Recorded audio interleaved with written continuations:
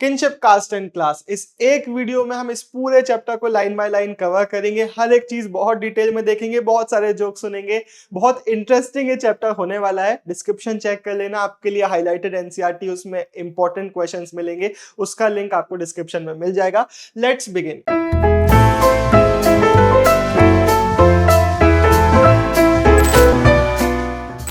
अब पिछले चैप्टर में भी मैंने बताया था कि ये जो टाइम पीरियड है 6th सेंचुरी बीसी से 6th सेंचुरी सी का, इसी चैप्टर की हम इसी टाइम पीरियड की हम मल्टीपल चैप्टर्स में बात कर रहे होंगे। पिछले चैप्टर में हमने इस टाइम पीरियड के पॉलिटिकल और इकोनॉमिक चेंजेस की बात करी थी। अब हम बात करेंगे इस टाइम पीरियड में सोसाइटी में क्या चेंजेस आ रहे थे, सोशल फैक्टर्स की हम बात करेंगे। ये जो टर्म है किनशिप कास्ट एंड क्लास, ये आपको चैप्टर खत्म करते करते बहुत फेमिलियर लगने लगेंगे, आपको समझ में आने लगेगा किन क्या होता है, किनफोक क्या होते हैं। बहुत सारी चीजें हैं जो इस चैप्टर में हम देख रहे होंगे। इस चैप्टर में हम बात करेंगे कि सोसाइटी में रहने वाले जो लोग थे, फॉरेस्ट ड्वेलर्स हो, उनकी लाइफ कैसे अफेक्ट हो रही थी। मान लेते कोई नया रूलर आता है, उसने एग्रीकल्चर प्रमोट किया है, तो वो कैसे लोगों की लाइफ को अफेक्ट करेगा। या फिर हम बात करेंगे कुछ सोशल ग्रुप्स की जिन्होंने क्राफ्ट प्रोडक्शन में इन्वॉल्वमेंट दिखाना चालू कर दिया, कोई स्पेशलाइजेशन करने लगा था किसी एक फील्ड में। तो ऐसे अलग अलग सोशल एक्टर्स की हम बात करेंगे। प्लस इस चैप्टर में हम सोशल डिफरेंसेस की बात करेंगे, कैसे सोसाइटी में डिफरेंसेस आ रहे थे, कोई रईस हो रहा था, कोई पावरफुल हो रहा था, कोई एकदम भिखारी होता चला जा रहा था। अब इस चैप्टर में हम टेक्सचुअल ट्रेडिशंस की बहुत सारी बातें कर रहे होंगे, मेनली हमारे महाभारत की हम बात कर रहे होंगे। आई होप आप में से ज्यादातर लोगों ने महाभारत टर्म तो एटलीस्ट सुना ही होगा, बहुत सारे लोगों ने महाभारत देखी होगी, तो उसी की हम इस चैप्टर में बहुत सारी बात कर रहे होंगे। लेकिन अब यहाँ पे कुछ चीजें हैं जो आपको मैं समझाना चाहता हूं। जब हम हिस्ट्री पढ़ते हैं, जब हम एज अ हिस्ट्री स्टूडेंट इन चीजों को देखते हैं, तो हमें क्वेश्चन करना होता है, किसने लिखी है, किस टाइम पीरियड में लिखी है, किस लैंग्वेज में इसको लिखा गया है, इजी लैंग्वेज में या डिफिकल्ट लैंग्वेज में। वैसे अब आप खुद भी सोचो ना कि इजी और डिफिकल्ट लैंग्वेज में कोई टेक्स्ट लिखा गया, उससे हमें क्या समझ में आएगा। वो मैं चैप्टर में आगे बताऊंगा, अभी के लिए आप अपना दिमाग खोल के इसका आंसर खुद को कर सकते हो। इसके अलावा हमें देखना पड़ता है कि किन किन सोशल कैरेक्टर्स के बारे में उस टेक्स्ट में बताया गया है। तो वो सारी चीजें जो है इस चैप्टर में हम देख रहे होंगे। हमें टेक्स्ट के थ्रू बहुत सारी चीजों के बारे में पता चलता है। कुछ टेक्स्ट जो है वो सोशल बिहेवियर्स के जो नॉर्म्स होते हैं कि क्या क्या रूल्स है जो आपको फॉलो करना है, उसके बारे में मेंशन करते हैं। कुछ जो टेक्स्ट है वो सिचुएशंस को डिस्क्राइब करते हैं, कैसे कोई चीजें होती थी उसको डिस्क्राइब करते हैं। तो अलग अलग टेक्स्ट के बारे में भी हम बात कर रहे होंगे। हमें बहुत कुछ देखने को मिलेगा इन टेक्स्ट के थ्रू, बहुत कुछ हमें देखने को मिलेगा अलग अलग इंस्क्रिप्शंस के थ्रू, जिसको हम इस चैप्टर में देख रहे होंगे। अब जैसे कि मैंने बोला, इस चैप्टर में हमारे लिए महाभारत टेक्स्ट बहुत ज्यादा इंपॉर्टेंट है, तो इसकी कुछ डिटेल्स हैं जो आप अपने नोट्स में लिख सकते हैं। हेडिंग महाभारत दे दें, बाकी चीजें मैं आपको बताऊंगा और आगे भी हम देख रहे होंगे। महाभारत क्या है? एक कोलोसल, ये टर्म हमने पिछले चैप्टर में भी देखा था, बहुत बड़ा एक एपिक है, मतलब एक टेक्स्ट है जिसमें हमें पुरानी बहुत सारी स्टोरीज देखने को मिलती हैं। एपिक टर्म आपने शायद ना सुना हो, लेकिन एपिक, सागा, लेजेंड, मिथोलॉजी, इनमें से कोई ना कोई एक टर्म आपने जरूर सुना होगा। ये सारे टर्म्स ऐसे ही किसी टेक्स्ट को रेफर करते हैं। हालांकि इन टर्म्स में थोड़ा सा डेविएशन होता है, लेकिन अभी के लिए आप एपिक टर्म महाभारत के लिए यूज कर रहे होंगे। अब कोलोसल क्यों है? प्रेजेंट फॉर्म में हमें देखने को मिलता है, इसमें 100,000 से भी ज्यादा वर्सेस हैं। ये चीज आप याद रखेंगे, एमसीक्यू में आ जाती है। इसके अलावा हमें महाभारत में बहुत सारे अलग अलग सोशल कैटेगरीज के बारे में पता चलता है, अलग अलग सिचुएशंस के बारे में हमें स्टोरीज देखने को मिलती हैं। एंड ये one of the richest text है हमारे इंडियन सबकॉन्टिनेंट का। अब क्वेश्चन अगर पूछेगा कि इसको कब कंपोज किया गया था, तो आप लिखेंगे 5th सेंचुरी बीसी, 500 बीसी के ऑनवर्ड्स इसको कंपोज किया गया था। कितने टाइम पीरियड में कंपोज किया गया? Over a period of 1000 years इसको कंपोज किया गया। इसमें हम डेवलपमेंट देखेंगे कि कैसे ओवर द पीरियड इसमें डेवलपमेंट होता रहा। ये भी आपको लिखने को आ सकता है, अगर आपसे पूछा जाए तो आप यहाँ पे ये भी मेंशन करके आएंगे कि यहाँ पे तो इसको लिखा गया, लेकिन मे बी ओरली और पहले के जमाने से सोसाइटी में सर्कुलेट हो रहा हो। अब इस टेक्स्ट से हमें अलग अलग सेक्शंस के बारे में चलेगा पता, अलग अलग नॉर्म्स के बारे में पता चलेगा, और हम देखेंगे कि कुछ कैरेक्टर्स जो थे इन नॉर्म्स को फॉलो करते थे, कुछ थे जो नहीं करते थे। तो ऐसे बहुत सारी इंटरेस्टिंग चीजें हैं जिसको हम इस चैप्टर में देख रहे होंगे। अब हमारे टॉपिक नंबर 1 से ही एक 8 मार्क का क्वेश्चन आता है जो आपसे पूछेगा कि क्रिटिकल एडिशन ऑफ महाभारत के बारे में बताओ। हो। क्रिटिकल एडिशन मतलब क्या होता है? क्रिटिकल एडिशन मतलब होता है किसी भी टेक्स्ट के एक स्टैंडर्ड वर्जन को बनाना। हमारे पास एक स्टैंडर्ड वर्जन नहीं था, हमें अलग अलग जगहों पे अलग अलग मैन्युस्क्रिप्ट्स देखने को मिल रहे थे जिसमें अलग अलग स्टोरीज थी।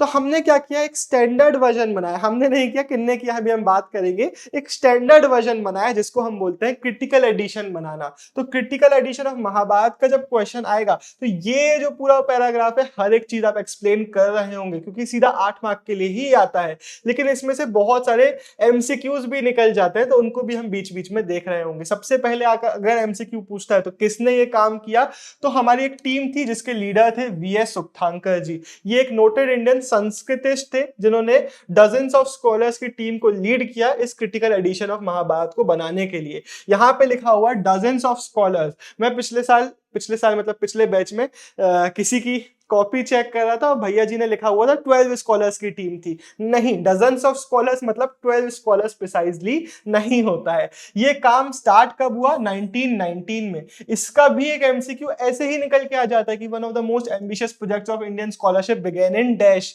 तो आपको लिखना पड़ेगा कि कब स्टार्ट हुआ, 1919 में। ये चाहें तो आप अपने नोट्स में ये दोनों नाम और डेट लिख सकते हैं क्योंकि ये बहुत ज्यादा इंपॉर्टेंट एक क्वेश्चन इस चैप्टर का हम देख रहे हैं। अब एक क्वेश्चन आता है कि ये लोग कर क्या रहे थे, तो ये लोग कर क्या रहे थे? सबसे पहले तो अलग अलग जो हमें संस्कृत मैन्युस्क्रिप्ट्स देखने को मिल रहे थे।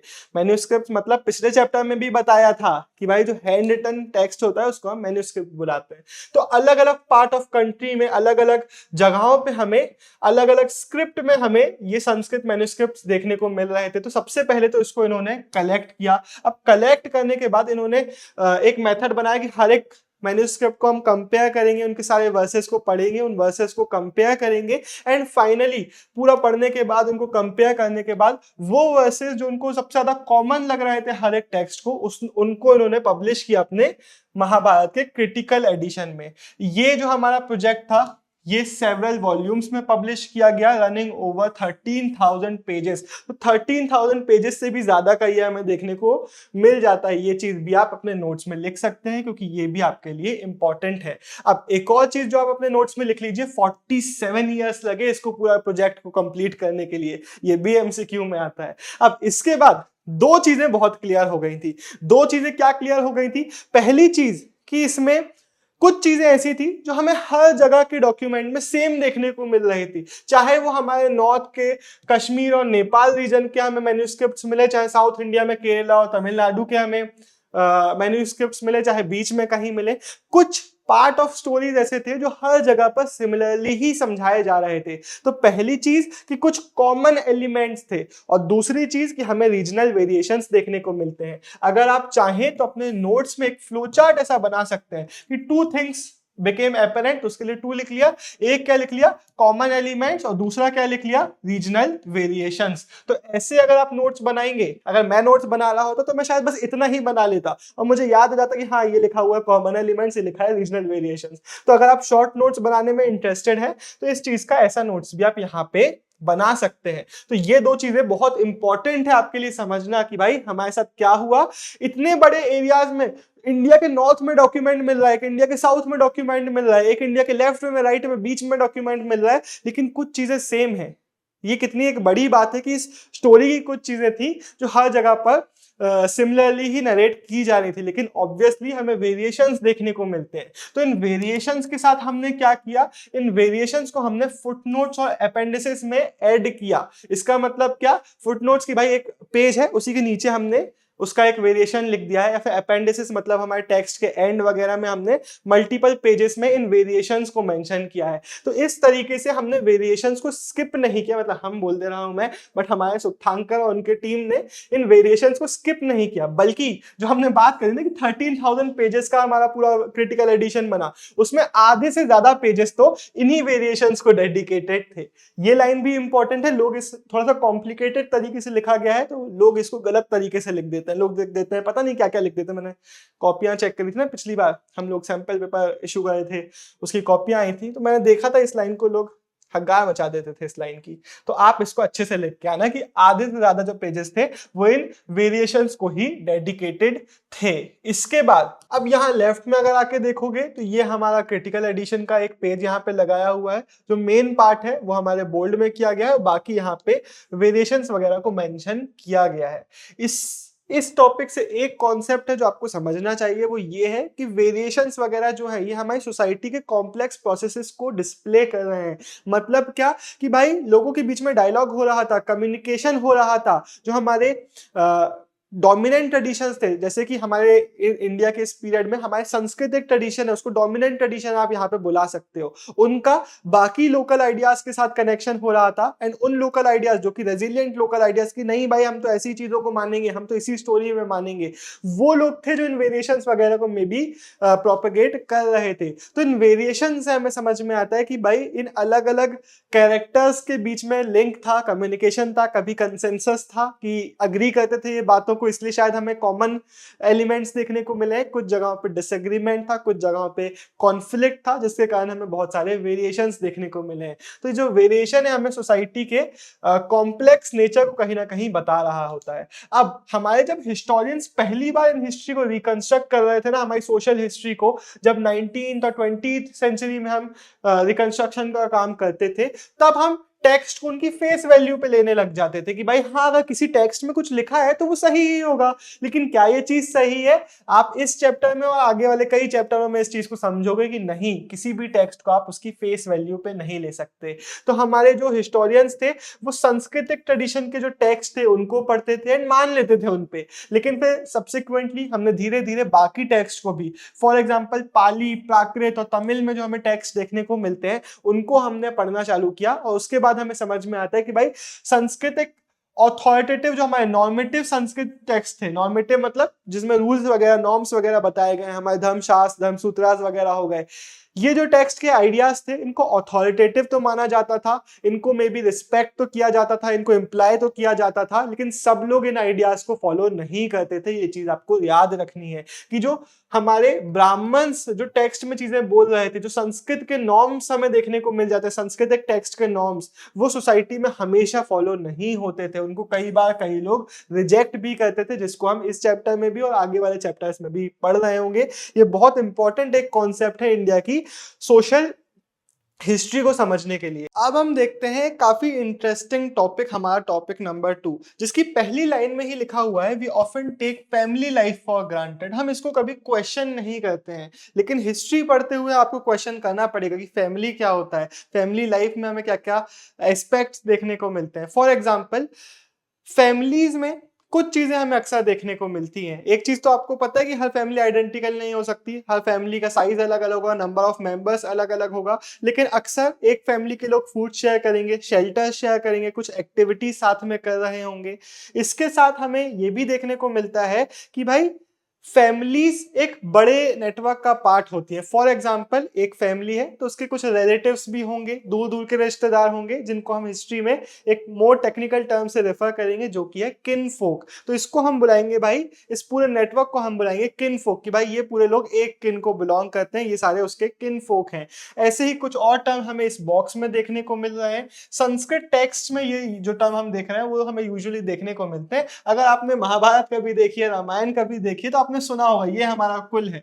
तो कुल हम यूज करते हैं फैमिली के लिए। जनाती टर्म हम देखते हैं उन लार्जर नेटवर्क्स के लिए जिसके बारे में मैंने आपको बताया। किनफोक के लिए टर्म हमें देखने को मिलता है जनाती, और वंश टर्म हमें देखने को मिलता है लिनिएज। ये चीज शायद आप में से कुछ लोगों को परेशान करे कि भाई हिंदी में तो वंश बुलाते हैं, यहाँ पे वंश लिखा हुआ है, हिंदी में तो राम बुलाते हैं, यहाँ पे रामा लिखा हुआ है, लेकिन इंग्लिश में जब हम उसको कन्वर्ट करते हैं तो थोड़ा सा इंग्लिश बोल रहा हूं मैं इंग्लिश प्रोनाउंसिएशन के साथ उसको ढाल देते हैं, ठीक है। अब जैसे कि मैं बता रहा था फैमिलीज के हमें देखने को मिलते हैं, उनके किनफोक देखने को मिलते हैं। अब इसमें भी कुछ कॉम्प्लिकेशंस हैं।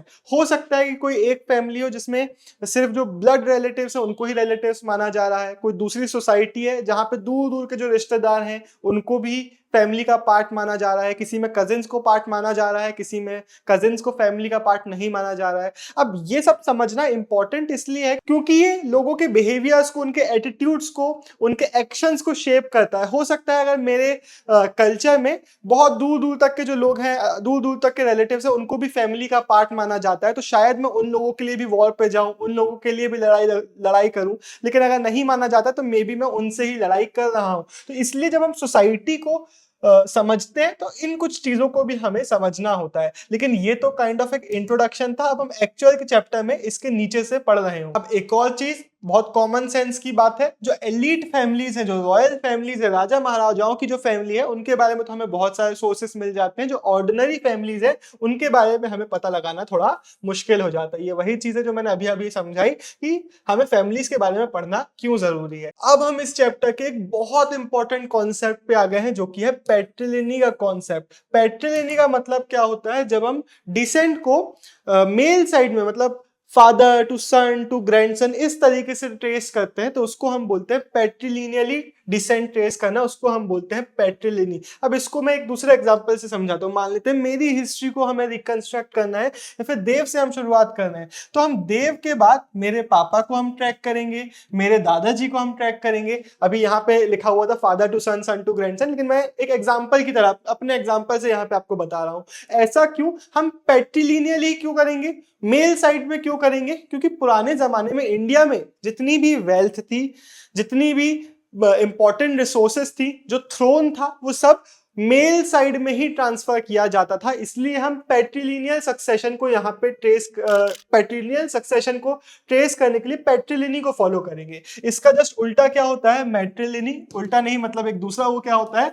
मैट्रिलिनी, जहां पे हम मदर साइड से डिसेंट को ट्रेस करेंगे, मतलब mother to daughter, daughter to नीचे वाली daughter, grand daughter and so on. तो ये डिफरेंस है पैट्रिलिनी में और मैट्रिलिनी में। अब ये इंपॉर्टेंट क्यों है, पूरे चैप्टर में आपको समझ में आ जाएगा। अब हमारी जो महाभारत है, मैंने आपको बताई थी, जिसके बारे में इस चैप्टर में हम बहुत बात करने वाले हैं, जिसके बारे में इसमें क्या बताया गया है? एक फ्यूड बताया गया है। एक लैंड था जिसके पीछे दो भाइयों की लड़ाई हो गई, दो कजिन ग्रुप्स की लड़ाई हो गई। अब वो कौन है, इसको भी आप जरा सा समझ लो। अब हमारे दो भाइयों का ग्रुप था। एक था कौरवों का, कौरव 100 भाई थे, और दूसरा था पांडव, ये 5 भाई थे। अब कौरव और पांडव दोनों ही सेम डायनेस्टी को बिलोंग करते थे, कुरु डायनेस्टी को दोनों ही बिलोंग करते थे। इनके पापा का नाम था धृतराष्ट्र। अब इनके बारे में आगे हम कुछ और बातें करेंगे, अभी आपको लिखने की जरूरत नहीं है, बस सुन लो। इनके पापा जी थे पांडु। अब इनकी स्टोरी लाइन तो हम आगे देखेंगे, लेकिन अगर आप इनका बैकग्राउंड ट्रेस करोगे तो ये सेम फैमिली को ही बिलोंग करते थे, दोनों ही कुरु डायनेस्टी को बिलोंग करते थे।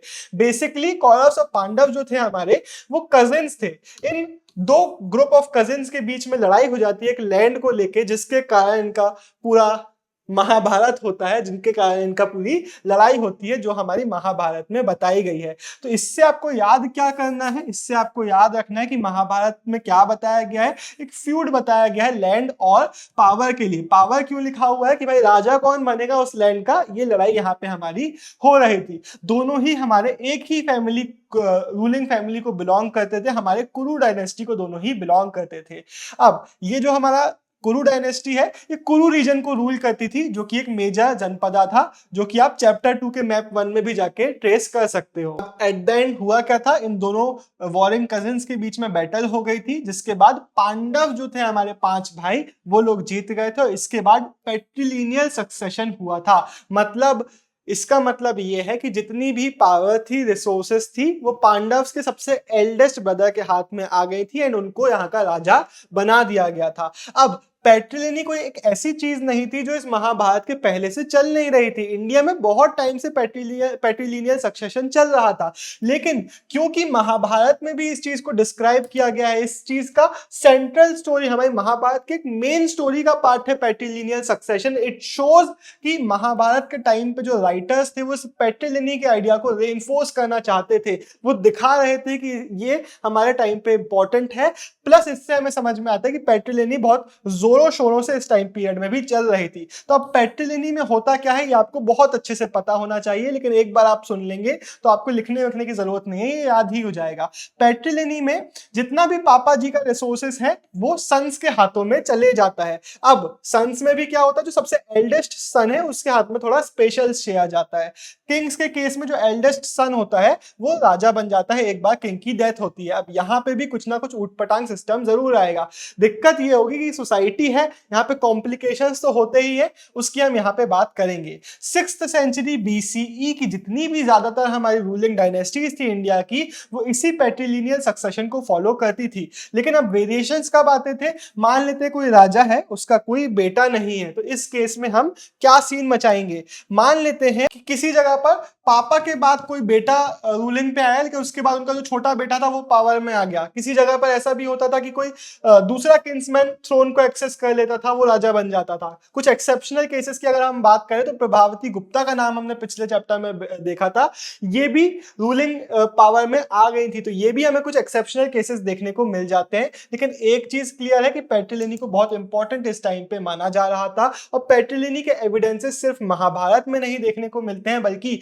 हमारी ऋग्वेद के कुछ मंत्रों में भी हमें देखने को मिल जाते हैं। उसका एग्जांपल हम यहाँ नीचे आके देखेंगे। तो मे बी ये जो हमारा पैट्रिलिनी का आइडिया है, जितने भी वेल्दी एलिट्स थे वो लोग इसको फॉलो करते थे, जो खुद को हाई स्टेटस का मानते थे वो लोग इसको फॉलो करते थे, मे बी जो ब्राह्मण्स वगैरह थे वो भी इसको सपोर्ट कर रहे थे। इसलिए तो हमें ब्राह्मण्स के बहुत सारे सांस्कृतिक टेक्स्ट में इनकी मेंशनिंग, इन आइडियाज की मेंशनिंग देखने को मिल जाती है। अब प्रोड्यूसिंग फाइन सन्स, ये हमें एक एग्जर्प देखने को मिलता है ऋग्वेद का, किस टाइम पीरियड का, 1000 BC अप्रोक्सीमेटली। सिरका, सी याद है ना, सी डॉट मतलब सिरका।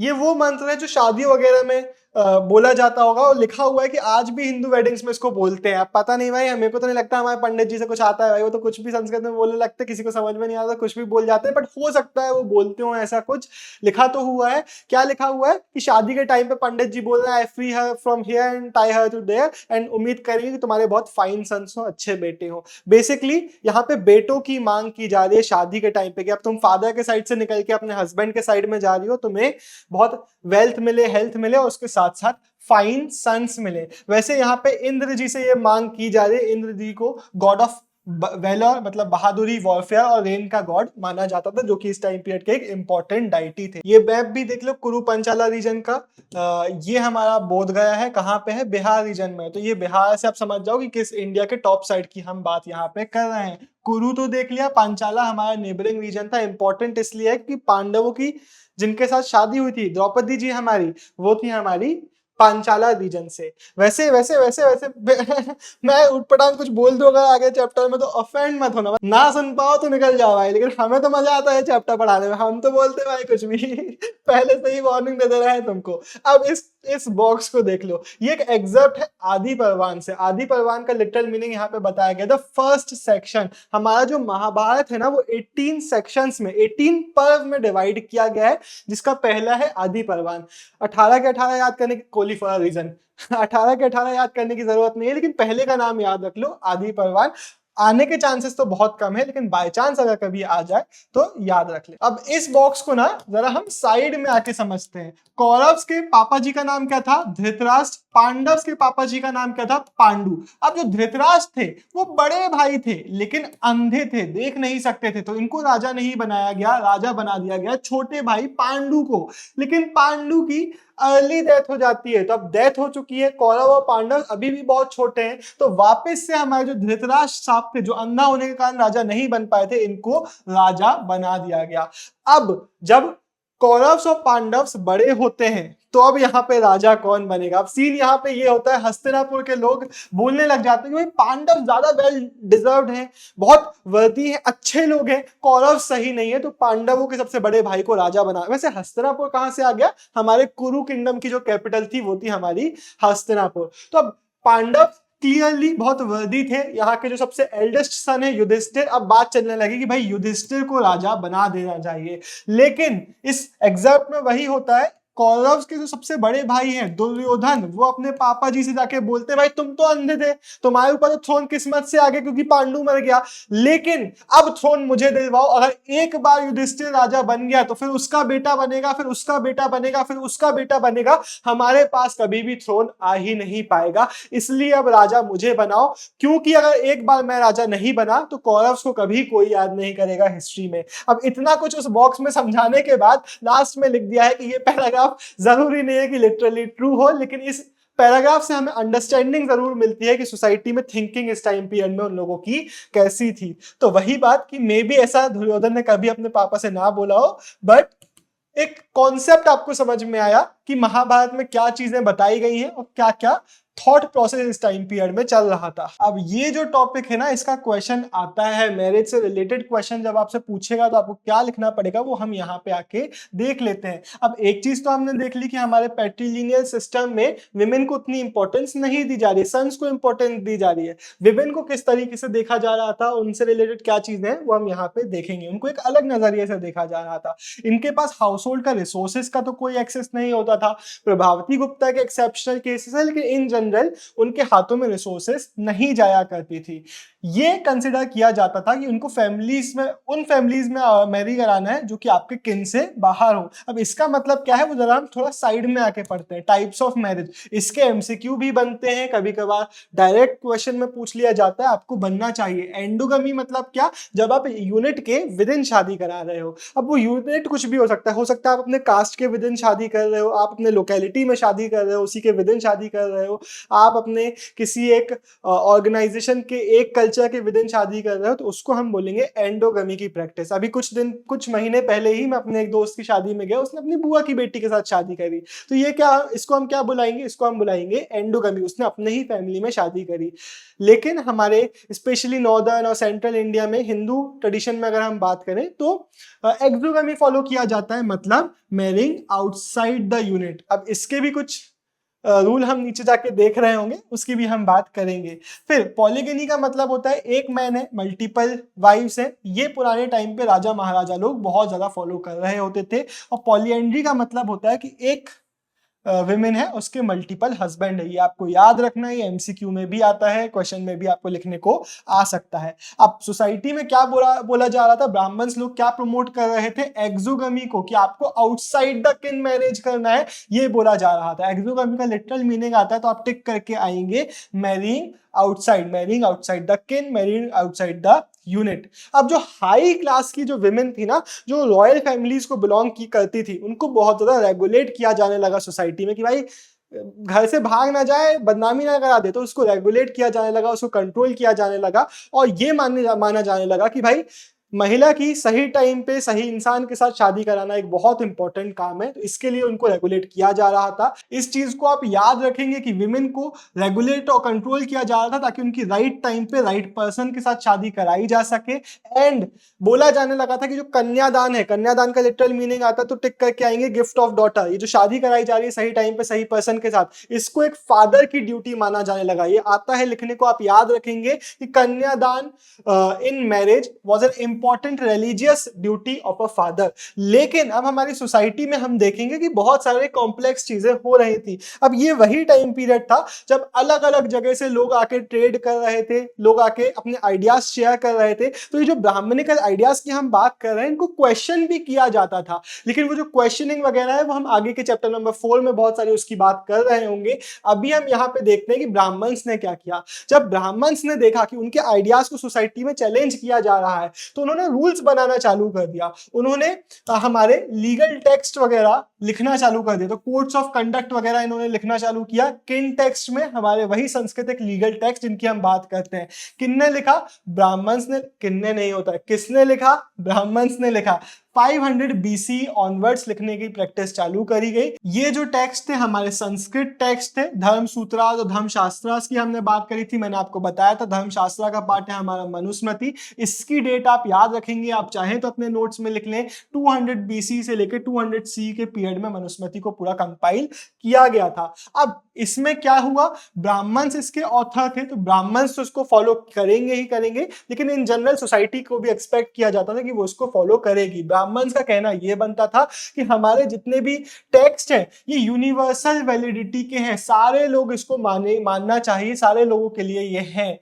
अब क्या सारे लोग इसको मानते होंगे? ऑब्वियस सी बात है नहीं, हमें ऐसे भी बहुत सारे लोग देखने को मिलते हैं जो इनको चैलेंज कर रहे थे। वही चीज यहाँ पे लिखी हुई है, ब्राह्मण्स का जो इन्फ्लुएंस था it was by no means all pervasive, मतलब इतनी सारी हमारे यहाँ पे रीजनल डाइवर्सिटी थी, ब्राह्मण्स का इन्फ्लुएंस हर एक जगह पर हर एक किसी के ऊपर नहीं पड़ पा रहा था। लेकिन धर्मसूत्रार्थ और धर्मशास्त्रार्थ में जो एक चीज लिखी है वो आपको याद रखना है, वो ये है कि इसमें 8 फॉर्म्स ऑफ मैरिज को रिकॉग्नाइज किया गया, जिनमें बोला गया कि भाई फर्स्ट 4 जो है वो सही है और 4 जो है वो एकदम गलत है। हो सकता है कि ये 4 वो फॉर्म्स ऑफ मैरिज थी जो ब्राह्मण्स लोग फॉलो करते थे और नेक्स्ट 4 वो थी जो बाकी लोग फॉलो कर रहे होते होंगे। उसी का एग्जांपल यहाँ पे हमें बताया गया है, मनुस्मृति का हमें एग्जर्प देखने को मिलता है जिसमें फर्स्ट, फोर्थ, फिफ्थ और सिक्स्थ के बारे में हमें डिस्क्रिप्शन दिया हुआ है। अब इसको मैं लाइन बाय लाइन पूरा एक्सप्लेन नहीं कर रहा हूं क्योंकि थोड़ा सा एक्स्ट्रा हो जाएगा आपके लिए, आपको हर एक चीज रटने की जरूरत नहीं है, इसके क्वेश्चंस आज तक कभी बोर्ड में नहीं आए, लेकिन एक बेसिक आइडिया मैं आपको दे देता हूं। इन दोनों में आपको देखने को मिलेगा जो एक्सेप्टेड फॉर्म्स ऑफ मैरिजेस थी उनमें फादर की परमिशन ली जा रही थी, फादर की परमिशन से शादी हो रही थी, और नीचे 2 आपको जो देखने को मिलेंगे जिनको कंडेम किया जा रहा था, जिनको एकदम घटिया बताया जा रहा था, वहां पे या तो लव मैरिज हो रही थी, एक केस बताया गया है कि वो लड़की को उठा के लेके चला गया, फिर पैसे दे के चला गया कि भाई ये रख पैसे और लड़की मेरे को दे, इस टाइप के केसेस में शादी को कंडेम किया जाता था। बेसिकली लव मैरिज के एकदम सख्त खिलाफ थे।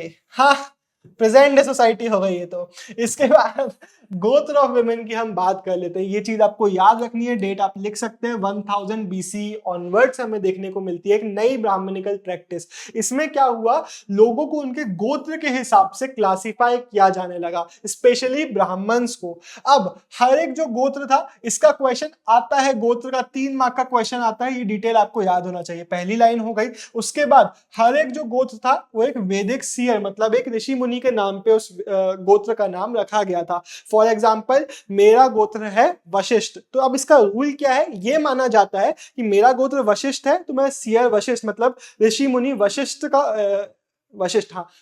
का वंशज हूं। कि मेरा अगर आप लिनिएज ट्रैक करोगे, बैकग्राउंड में जाओगे, पापा से पापा से पापा से पापा से पापा से जाओगे, तो मैं हमारे वशिष्ठ साहब का पोते का पोता का पोता का पोता का बहुत बड़ा वाला, बहुत दूर वाला पोता हूं। तो ये माना जाता है हमारे गोत्र के साथ। अब क्वेश्चन आपसे यही अक्सर पूछेगा कि 2 रूल बताओ गोत्र के बारे में। तो आपको 2 रूल क्या याद रखना है, इसको लिखो मत, बस सुन लो, ये याद हो जाएगा। पहला रूल ये है कि शादी के बाद जो फीमेल है वो अपने फादर के गोत्र को गिव अप करके अपने हस्बैंड के गोत्र को अडॉप्ट करेगी।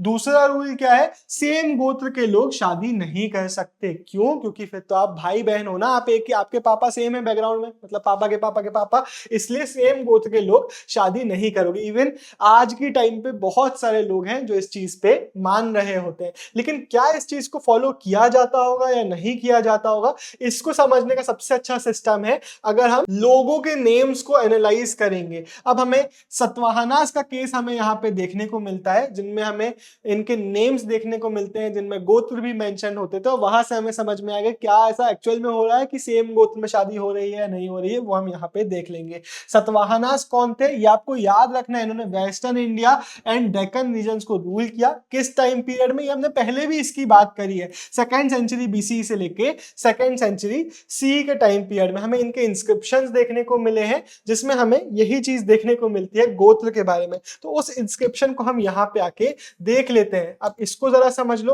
राजा टाइटल यहाँ पे लगाया हुआ है, गौतमी पुत्र लिखा हुआ है कि मतलब गौतमी का पुत्र श्री सतकर्णी। अब इसको समझना इंपॉर्टेंट ये इसलिए है क्योंकि यहाँ पे हमें एक मेट्रोनिमिक्स का केस देखने को मिलता है।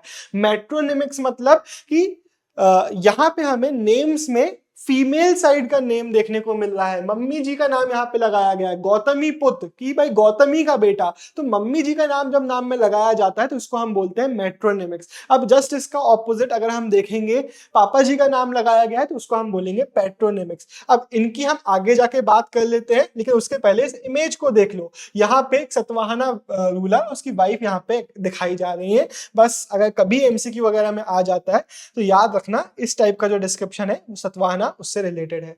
अब मेट्रोनिमिक्स हमें उपनिषद्स में भी देखने को मिलता है। उपनिषद्स भी हमारे संस्कृत टेक्स्ट है जिनकी हम बात थोड़ी आगे वाले चैप्टर में ज्यादा कर रहे होंगे। एक बृहदारण्यक उपनिषद है, मुझे पता है हक दिया मैंने प्रोनाउंसिएशन, बट कोई नहीं, इसमें हमें मेट्रोनिमिक्स का एग्जांपल देखने को मिल जाता है। हालांकि इसके आने के चांसेस ज्यादा नहीं है, अगर आप भूलना चाहें तो बिल्कुल बृहदारण्यका को भूल जाएं। हाँ, जैसे कि मैंने बोला था सतवाहना रूलर्स की हम बात करेंगे। सबसे पहले तो आपको ये चीज याद रखना है, इनका क्वेश्चन आता है 3 मार्क के लिए, आपको बिल्कुल इनका हर एक डिटेल पता होना चाहिए, लेकिन इजी क्वेश्चन आता है तो बहुत इजीली आपको याद हो जाएगा। ये पॉलीगिनस थे, मतलब ये मल्टीपल वाइफ्स इन लोगों की थी। इसके बाद जब हमने इनके साथ जो फीमेल्स की शादी हुई थी उनके नेम्स वगैरह को एनालाइज किया तो हमें समझ में आया कि भाई उनके गोत्र क्या थे, गौतम और वशिष्ठ नेम हमें गोत्र हमें उनके फीमेल नेम्स में देखने को मिले। लेकिन ये तो इनके फादर के गोत्र थे, तो क्या इनको गोत्र को गिव अप नहीं कर देना चाहिए था? अकॉर्डिंग टू ब्राह्मणिकल रूल्स कर देना चाहिए था, लेकिन वो ब्राह्मणिकल रूल यहाँ पे फॉलो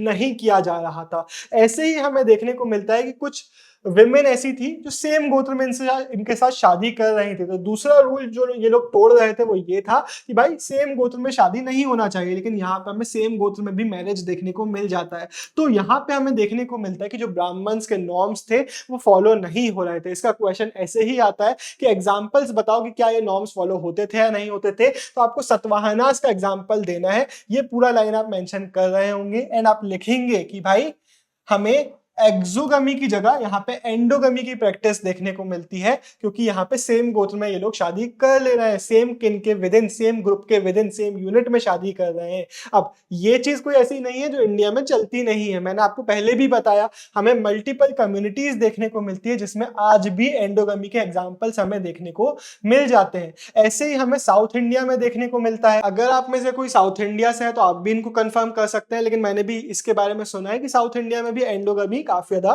पॉपुलर है। अब एंडोगमी क्या मेक श्योर करता है कि भाई एक क्लोज निट कम्युनिटी बने, क्योंकि आप वो कम्युनिटी के विदिन, आप यूनिट के विदिन ही शादी कर रहे हो, तो जो कम्युनिटी होती है वो थोड़ी सी क्लोज निट होती है, ये हमें देखने को मिल जाता है। अब एक लाइन बड़ी हिस्ट्री में कॉमन है कि हमें हर चीज पता नहीं चल सकती, हो सकता है सब कॉन्टिनेंट में बहुत सारे शादियों में भी वेरिएशंस वगैरह आ रहे हो, लेकिन हर एक चीज के बारे में हमें इंफॉर्मेशन देखने को नहीं मिलती। अब हमारा एक क्वेश्चन आता है कि वर मदर्स इंपॉर्टेंट और नॉट। अगर हम सतवाहनास के केस की बात करें तो हमें जब मेट्रोनिमिक्स देखने को मिलता है तो हो सकता है हम इस अजम्पशन में आ जाए कि भाई हाँ यार मदर्स को इंपॉर्टेंस दी जा रही है, लेकिन बहुत जल्दी कंक्लूजन्स पे नहीं उतरना है, क्योंकि अगर हम बात करें थ्रोन के सक्सेशन की तो पैट्रिलिनियली ही होता था, वो मेल साइड में ही ट्रांसफर किया जाता था। इसके बाद अगर हम इस बॉक्स को देख लेते हैं तो यहाँ पे हमें एक मम्मी जी की एडवाइस देखने को मिलती है। कौन है वो मम्मी जी? यहाँ पे नई कैरेक्टर आ रही है, हमारी दुर्योधन की माता श्री गांधारी, ये हमारे कौरवों की माता श्री थी। अब इन्होंने दुर्योधन को क्या बोला कि मत कर लड़ाई, लड़ाई करके किसी को कुछ नहीं मिला है,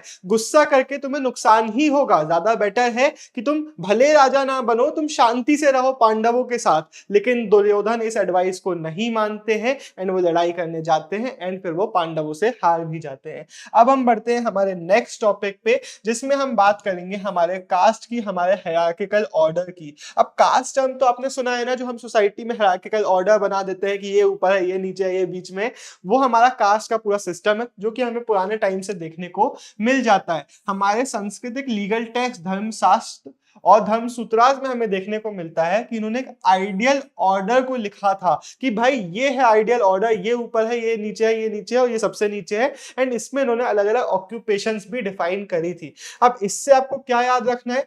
इसमें आपको याद रखना है इस आइडियल ऑर्डर में कि ब्राह्मण का क्लेम ये था कि भाई हम नहीं बना रहे हैं इनको, ये डिवाइनली ऑर्डेन्ड है, भगवान का आदेश है, ये तो हम लिख रहे हैं लेकिन हम इसको बना नहीं रहे हैं, भगवान ने बोला है कि ऐसा ऐसा सिस्टम होना चाहिए। इन लोगों ने क्या किया, शूद्रास एक हम देखेंगे एक वर्ण था, अनटचेबल्स थे हमारे, इनको एकदम बॉटम में डाल दिया। इनकी सोसाइटी में कंडीशन बहुत ज्यादा खराब थी, जस्ट नीचे वाले पैराग्राफ में हम इसकी बात कर रहे होंगे।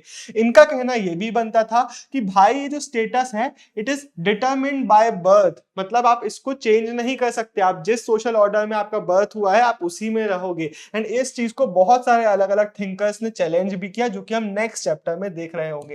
लेकिन अभी हम देखते हैं 3 मार्क का क्वेश्चन जो डायरेक्टली आपसे यही पूछता है कि हमारे ब्राह्मण्स ने अपने वर्ना ऑर्डर में क्या अलग अलग ऑक्यूपेशंस असाइन किए थे। तो आपको ये पूरा एज इट इज लिखना पड़ेगा, इसमें चेंज करने के लिए कुछ ऑप्शन नहीं है, तो इसको एक बार अच्छे से सुनना।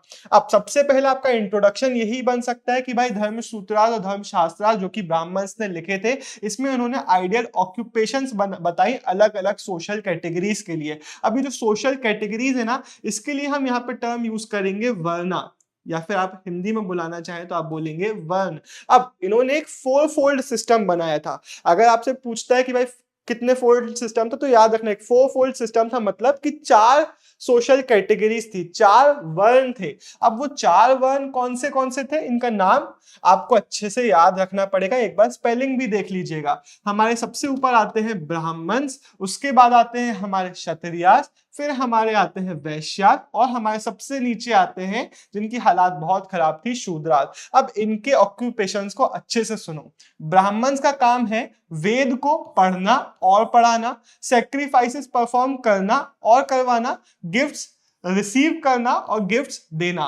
ये है हमारे सारे ब्राह्मण्स के रोल। सैक्रिफाइसेस मतलब कि जो यज्ञ वगैरह होते थे, जो बलियां वगैरह चढ़ती थी, वो सारे काम हमारे रिलीजियस प्रैक्टिसेस वगैरह हो गए। तो ये है ब्राह्मण्स के काम। क्षत्रिय का काम है वॉरफेयर में एंगेज होना। वॉरफेयर टर्म मैंने आपको पिछले चैप्टर में भी समझाया था, वॉरफेयर में एंगेज होना। उसके बाद लोगों को प्रोटेक्ट करना, जस्टिस एडमिनिस्टर करना, एडमिनिस्ट्रेशन का पूरा काम करना, वेद पढ़ना, कौन पढ़ाएगा, ब्राह्मण्स पढ़ाएंगे। सैक्रिफाइसेस परफॉर्म करवाना कौन करेगा, ब्राह्मण्स करेंगे। And to make gifts.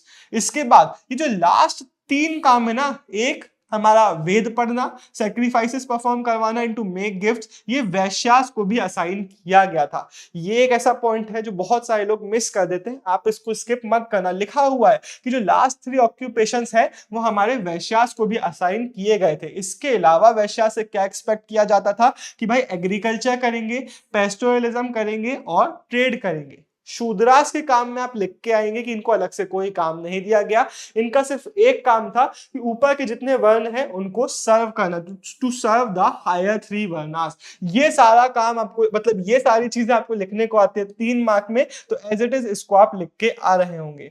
इसके बाद एक क्वेश्चन आपसे कभी कभी पूछता है कि बताओ कि ब्राह्मण्स ने कैसे अपना जो सिस्टम था उसको सोसाइटी में इन्फोर्स किया। तो उसके लिए आप याद रखेंगे, इंट्रोडक्शन आपका बन जाएगा कि ब्राह्मण्स ने कुछ स्ट्रेटेजीज इवॉल्व कर ली थी इन आइडियाज को सोसाइटी में इंप्लीमेंट करने के लिए। नंबर 1 क्या थी कि भाई ये असर्ट करना कि जो डिवाइन, जो वर्ना ऑर्डर है वो हमने नहीं बनाया है, बल्कि एक डिवाइन ओरिजिन का है, डिवाइन नेचर का है। सेकंड स्ट्रेटेजी थी किंग्स को बोलना कि भाई अपने रीजन में इन सारी चीजों को अप्लाई आप करवाओ, और किंग अक्सर मानते भी थे क्योंकि क्षत्रियास की पोजीशन भी काफी ज्यादा सोसाइटी में अच्छी थी, एंड बहुत सारे रीजन्स में जो क्षत्रियास थे, हमारे जो किंग्स थे, वो इन ब्राह्मण्स को इंपॉर्टेंस दे रहे होते थे। थर्ड इनका तरीका था कि भाई सबको ये अश्योर कराना कि आपका जो भी स्टेटस है वो बाय बर्थ डिटरमिन्ड होता है, वो बाय बर्थ डिसाइड हो चुका होता है, उसको आप चेंज नहीं कर सकते। लेकिन सिर्फ इतना काफी नहीं था, हमें देखने को मिलता है कि ये काम बिल्कुल भी इजी नहीं था। इसलिए अलग अलग टेक्स्ट में भी, जैसे कि महाभारत हो गए, बाकी सांस्कृतिक टेक्स्ट वगैरह हो गए, उसमें भी ब्राह्मण्स अपने प्रिस्क्रिप्शंस को, अपने जो गाइडलाइंस है, जो ऑर्डर्स है, उसको लिखते थे एंड उसको रेनफोर्स कराने की कोशिश करते थे। ऐसे ही अगर हम राइट में एक इस बॉक्स को देखें तो हमें देखने को मिलता है ऋग्वेद का एक हिम हमें देखने को मिलता है, पुरुष सूक्ता, जिसमें इसी चीज को बहुत अच्छे से डिस्क्राइब ब्राह्मण्स ने किया हुआ है। उन्होंने क्या बोला है कि एक प्राइमल बीइंग था, प्राइमल मैन था पुरुष।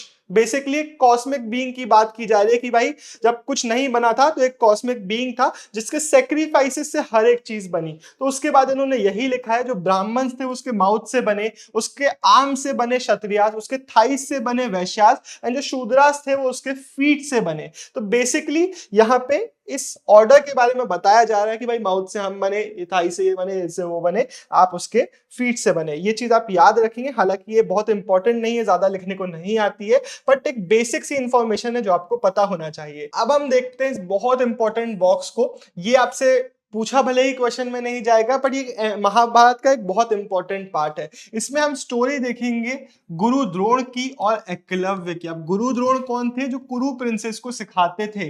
कौन, हमारे पांडव्स और कौरव्स के जो गुरु थे। एकलव्य कौन था, एक लो कम्युनिटी का मेंबर था, एक मतलब उस टाइम के एक लो सोशल स्टेटस वाली कम्युनिटी का मेंबर था। इसकी कम्युनिटी के बारे में हम आगे बात करेंगे। निषादा था एक।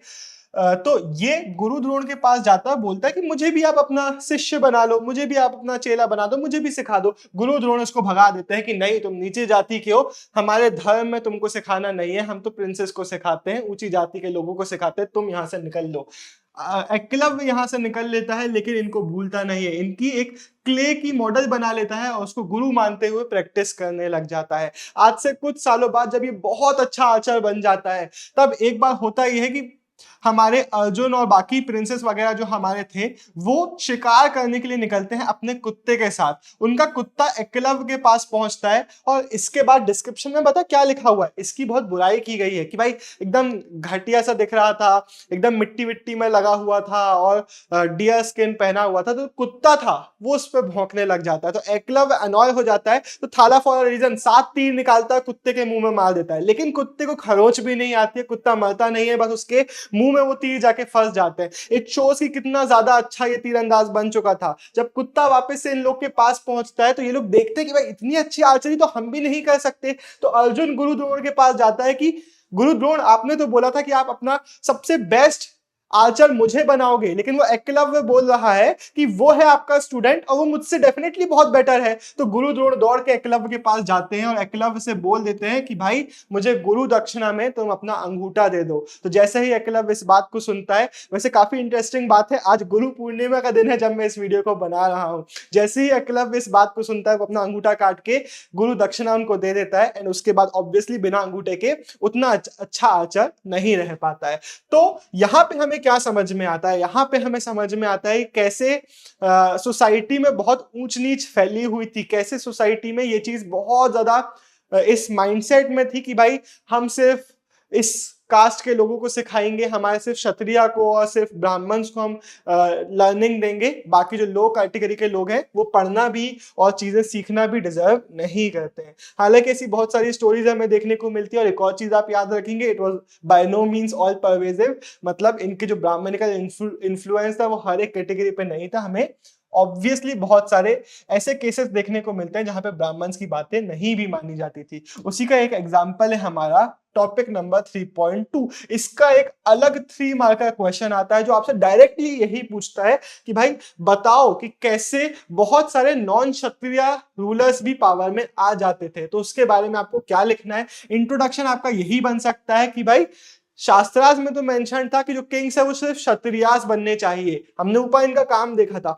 लेकिन ऐसा जरूरी नहीं है, ऐसा हमेशा नहीं होता था। हमें अलग अलग ओरिजिन से, अलग अलग ग्रुप से रूलिंग लिनेजेस देखने को मिल जाती है। सबसे पहले आप लिख के आएंगे, हेडिंग बना दीजिएगा मौर्यास। इनके बारे में क्या लिखेंगे, ये बहुत इंपॉर्टेंट, जिसके इंपॉर्टेंस के बारे में तो हमने पिछले चैप्टर में थोड़ी सी इसकी बात करी थी, पर काफी एक बड़ा एम्पायर था जिसका जो सोशल बैकग्राउंड है, ओरिजिन है, वो काफी डिबेट किया जाता है। जो लेटर बुद्धिस्ट टेक्स्ट है वो तो बोलते हैं कि भाई ये लोग क्षत्रियास थे, लेकिन ब्राह्मणिकल टेक्स्ट बोलते कि नहीं, क्षत्रियास नहीं थे बल्कि लो रिलीजन को बिलोंग किया करते थे। फिर इनके मौर्यास के डायरेक्ट सक्सेसर्स जो आते हैं, शुंगास आते हैं, फिर कन्वास आते हैं, ये भी हमारे क्षत्रियास नहीं थे, बल्कि ये लोग कौन थे, ब्राह्मण्स थे। अब वैसे तो हाई कैटेगरी के हैं, लेकिन ब्राह्मण्स को रूलर्स बनने के लिए नहीं बोला गया था, लेकिन ये रूलर्स भी थे और ब्राह्मण्स भी थे। तो पहली हेडिंग आप बनाएंगे मौर्यास, दूसरी हेडिंग आप बनाएंगे शुंगास एंड कन्वास। उसके बाद आपको और भी कुछ हेडिंग्स हम देखेंगे, लेकिन एक पॉइंट है जो आप अपने कंक्लूजन में डाल सकते हैं, वो ये है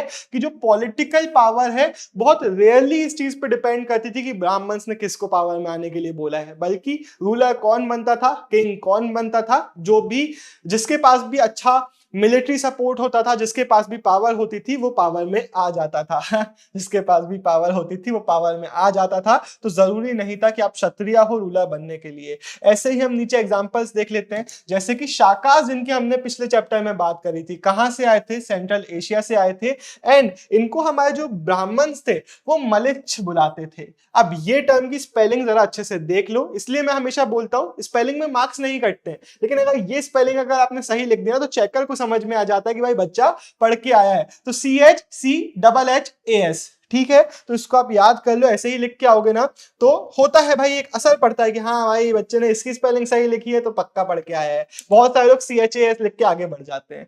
अब जो ब्राह्मण्स थे वो इन शाकास को मलिच्छ बुलाते थे, बारबेरियंस बुलाते थे, आउटसाइडर्स बुलाते थे, बेसिकली डेरोगेटरी टर्म से रेफर करते थे, क्योंकि ये लोग सांस्कृतिक ट्रेडिशंस के नहीं थे, बाहर से आए थे, इसलिए इस तरीके से इनको देखा जाता था। लेकिन पिछले ही चैप्टर में हमने ये भी बात करी थी, हमने बात करी थी एक बेस्ट नोन शाका रूलर की, जिसका नाम क्या था, टाइम पीरियड भी आपको याद कराया था मैंने पिछले चैप्टर में ही, जिसका नाम क्या था, रुद्रदमन। अब इसके बारे में हमने क्या पढ़ा था, इसके बारे में हमने एक इंस्क्रिप्शन देखा था जो कि संस्कृत में लिखा गया था। वो संस्कृत इंस्क्रिप्शन हमें बता रहा था कि इस बंदे ने सुदर्शन लेक को रीबिल्ड कराया था। अब क्योंकि हमें इंस्क्रिप्शन संस्कृत में देखने को मिलता है, इससे हमें समझ में आता है कि रुद्रदमन शायद कोशिश कर रहे थे सांस्कृतिक ट्रेडिशन में घुलने मिलने की, वो सांस्कृतिक ट्रेडिशन के साथ फेमिलियर थे, इसलिए शायद वो संस्कृत में उस इंस्क्रिप्शन को उन्होंने वहां पे लिखवाया। तो ऐसे कुछ एग्जाम्पल्स हमें देखने को मिल जाते हैं जहां पे हमें इंटीग्रेशन का एग्जाम्पल देखने को मिलता है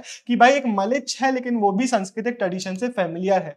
उसके बाद हमें सतवाहना डायनेस्टी के बेस्ट नोन, इनका नाम आपको याद रखना है, सतवाहना डायनेस्टी के जो बेस्ट नोन रूलर है गौतमीपुत्र श्री सतकानी। पीछे हमने एग्जाम्पल देखे थे तो उसमें सबसे पहले इन्हीं का नाम वहां पे लिखा हुआ था। ये नाम आप चाहें तो अपनी कॉपी में लिख लें और लिख लें कि भाई ये बेस्ट नोन सतवाहना डायनेस्टी के रूलर हैं। अब इनका क्लेम क्या था, इनका एक काफी यूनिक क्लेम था। ये बोलते थे I am both a unique ब्राह्मण, एक ब्राह्मण and a destroyer of pride of Kshatriyas. तो पहले तो यहाँ पे हमें एक चीज देखने को मिल रही है कि खुद को एज अ ब्राह्मण क्लेम कर रहे हैं, तो ब्राह्मण को तो पावर में नहीं आना चाहिए, लेकिन उसके बाद ये भी बोल रहे हैं कि I am a destroyer of pride of Kshatriyas. तो बेसिकली क्षत्रियाज के प्राइड को डिस्ट्रॉय करने वाला ब्राह्मण की तरह खुद को सोशल स्टेटस में दिखा रहे हैं, खुद को इस तरीके से वो क्लेम कर रहे हैं कि भाई हम एक यूनिक ब्राह्मण है। इसके बाद इन्होंने कुछ ब्राह्मणिकल आइडियोलॉजीज को माना भी। फॉर एग्जाम्पल इन्होंने मेक श्योर कराया कि इंटर मैरिज ना हो, अलग अलग 4 वर्णास में शादियां ना हो।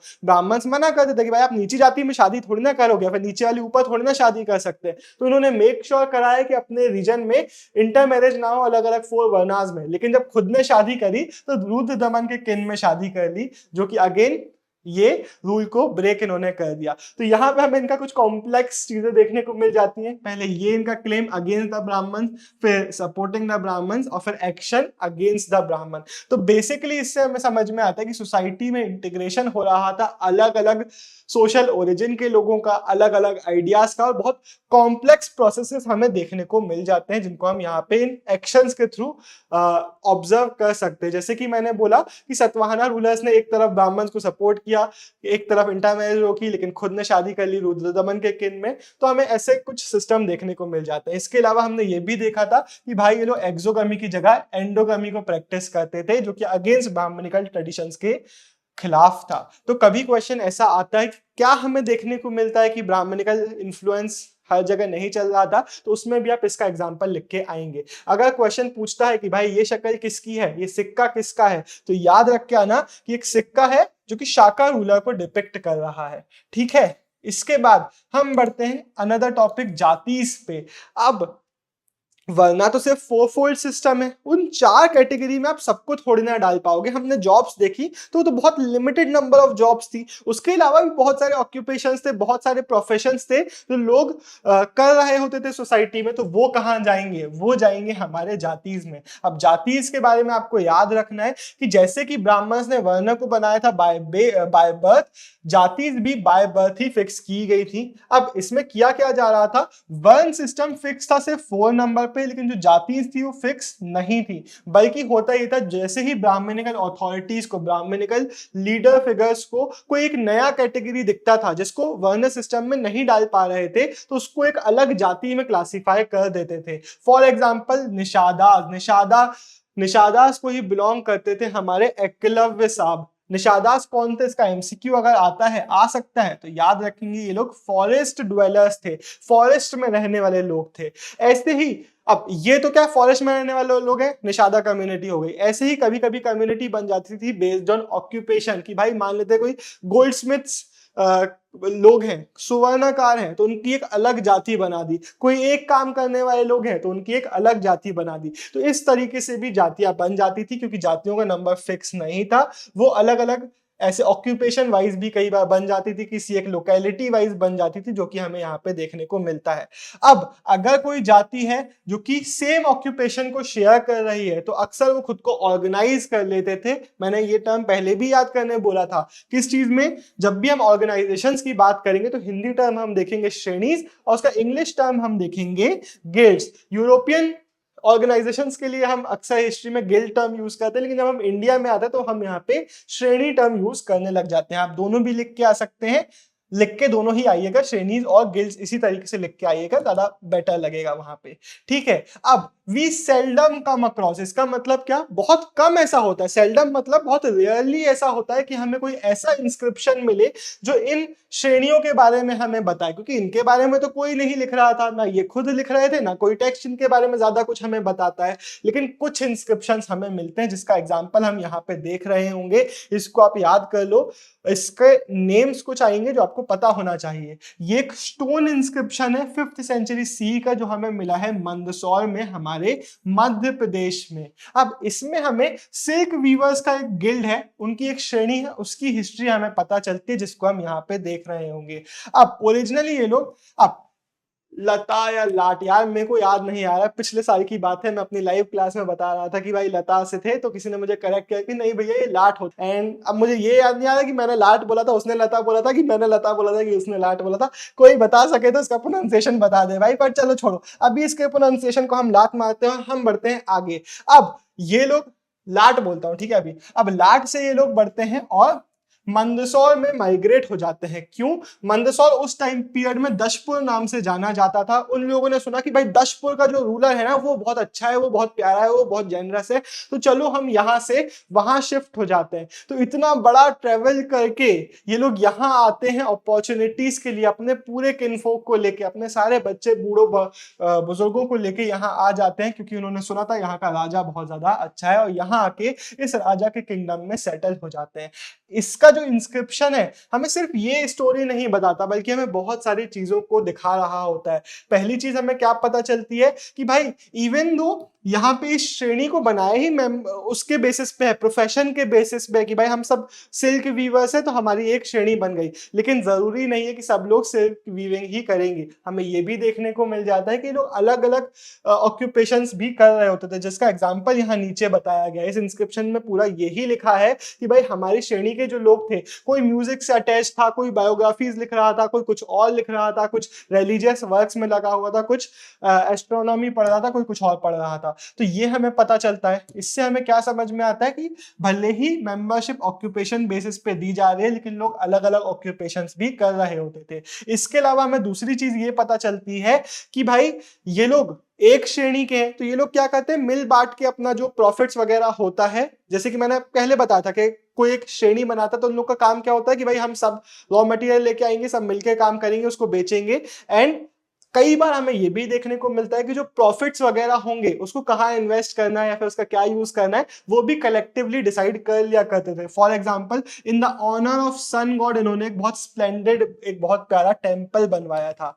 अब ये सब चीजें तो ठीक है, इस बॉक्स को देखो आपको और कॉम्प्लिकेशंस देखने को मिलेंगी। अब यहाँ पे एक टर्म देखने को मिल रहा है वानिक, ये टर्म आप याद कर लेना, मर्चेंट्स के लिए हमें टर्म देखने को मिलता है। वैसे आई होप पिछले चैप्टर के मर्चेंट्स के लिए हमने कुछ टर्म्स देखे थे, वो आपको याद होंगे। अगर याद है तो एक बार कमेंट में भी आप बता सकते हैं, या फिर आप अपने दिमाग में एक बार रिवाइज कर सकते हैं।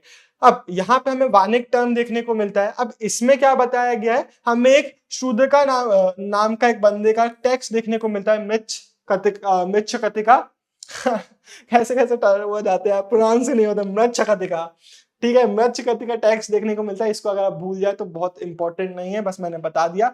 इसमें हमें क्या देखने को मिलता है, इसका जो हीरो है चारुदत्ता, वो बंदा एक सतवाहा है, अनदर टर्म फॉर मर्चेंट, और उसके साथ साथ वो ब्राह्मण भी है। ब्राह्मण क्यों मर्चेंट बनेगा भाई, ब्राह्मण तो अपर क्लास है, लेकिन उसका एग्जाम्पल हमें देखने को मिलता है। ऐसा ही एक एग्जाम्पल हमें देखने को मिलता है क्षत्रिय वानिक का, कि क्षत्रिय है लेकिन रूलर नहीं है, बल्कि एक वानिक है, एक मर्चेंट है। तो ऐसे कुछ केसेस हमें देखने को मिल जाते हैं, जिससे हमें समझ में आता है कि भाई जो फोरफोल्ड हमारा सिस्टम था वो ऐसा नहीं था कि लिख दिया तो हो ही रहा है हर चीज, बहुत सारे हमें एक्सेप्शनल केसेस भी देखने को मिल जाते हैं। यहाँ पे जो पैराग्राफ आता है वो हमें बताता है कि ब्राह्मण्स जो नॉन ब्राह्मणिकल आइडियाज वाले लोग थे उनको कैसे देखा करते थे। ऑब्वियसली हमारी सोसाइटी में इतने सारे वेरिएशंस जो आज हैं वो पहले भी हुआ करते थे। बहुत सारे ऐसे लोग थे जो ब्राह्मणिकल आइडियाज को सब्सक्राइब नहीं थे, वो नॉन ब्राह्मणिकल आइडियाज में मानते थे। तो इन लोगों को हमारे संस्कृत टेक्स्ट में हमेशा ही ऑड, अनसिविलाइज्ड या फिर एनिमल लाइक टर्म से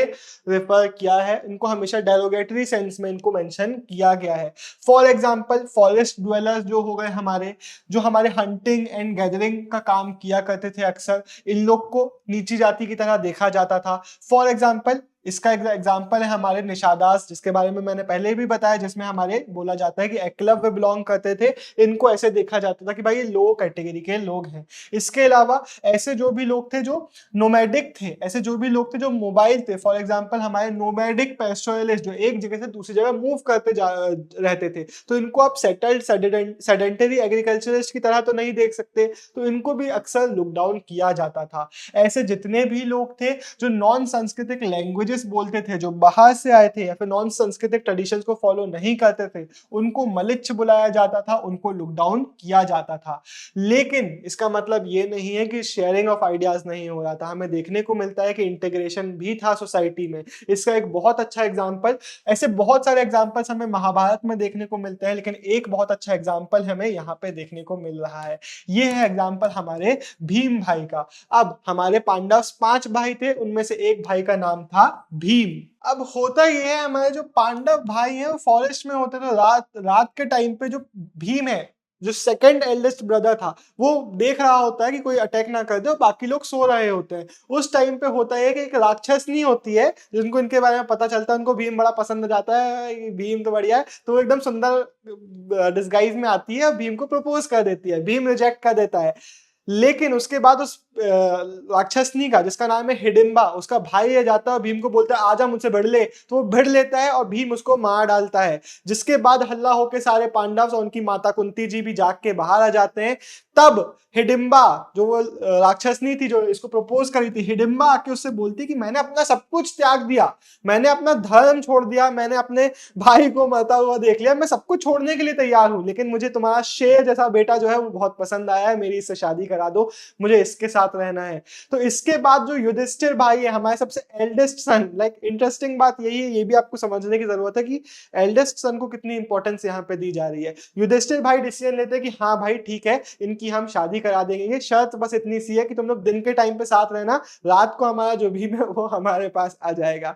तो होता यही था कि भीम भाई दिन भर हिडिंबा के साथ घूमते थे, दुनिया घूमते थे, लेकिन रात को आ जाते थे वापस। अब भीम और हिडिंबा का एक बेटा भी होता है जिसका नाम रखा जाता है घटोत्कच।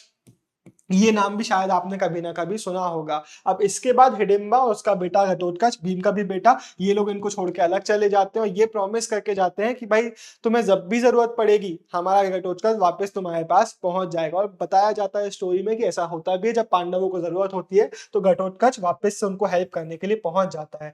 अब इंटरेस्टिंग बात यह है कि क्या हिडिंबा को राक्षस इसलिए ही बोला जा रहा है क्योंकि वो एक आउटसाइडर थी, वो नॉन सांस्कृतिक ट्रेडिशन थी, तो उसको आपने राक्षस बोल दिया, या फिर एक्चुअल में एक बिलीफ था कि वो एक राक्षस है? ये भी एक हमारे हिस्टोरियंस के सामने एक इंटरेस्टिंग वो देखने को मिलता है। अक्सर हिस्टोरियंस यही मानते हैं कि इनको राक्षस वगैरह इसलिए बुलाया जा रहा था कि मे बी वो लोग आउटसाइडर्स थे, मे बी वो लोग सांस्कृतिक ट्रेडिशंस को बिलोंग नहीं करते थे, इसलिए उनको राक्षस जैसे डेरोगेटरी टर्म से डिफाइन किया जाता था। अब तब तक तो ठीक है जब तक आप किसी को कैटेगरी में इन्वॉल्व नहीं कर रहे हो, एज आउटसाइडर्स देख रहे हो, लेकिन ब्राह्मण ने सोशल डिवाइड को बहुत शार्पन कर दिया जब उन्होंने अनटचेबल नाम की एक कैटेगरी बना दी है। वो लोग थे जिनको देखना और टच करना तो दूर की बात, देखना भी लोग प्रेफर नहीं करते थे। अब यहाँ पे थॉट प्रोसेस क्या आता है ना, यहाँ पे नोशन बेसिकली ये है कि कुछ चीजें ऐसी हैं जैसे कि रिचुअल्स परफॉर्म करना या फिर वेद वगैरह पढ़ना जिनको सेक्रेड माना जा रहा है, एंड बाय एक्सटेंशन ये सारी जो चीजें हैं वो प्योर नेचर की हैं।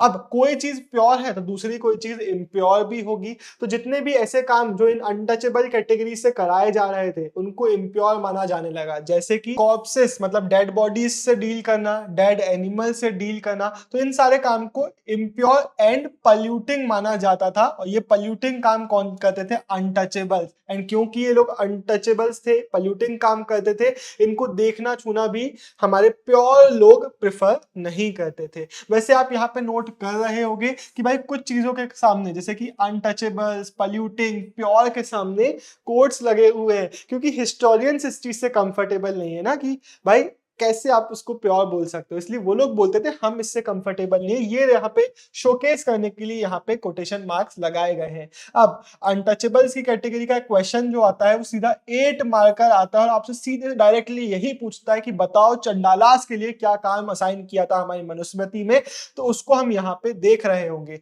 अब चंडालास कौन थे? चंडालास हमारी हायरार्की में एकदम वेरी बॉटम में प्लेस कर दिए गए थे, अनटचेबल कैटेगरी थी, जिनको एकदम घटिया सोसाइटी की कंडीशन में रखा गया था। इनको टच करना तो बहुत दूर की बात, इनसे फूड लेना तो बहुत दूर की बात, इनको देखना भी हमारे अपर क्लास के लोग, टॉप सोशल ऑर्डर के लोग प्रेफर नहीं करते थे।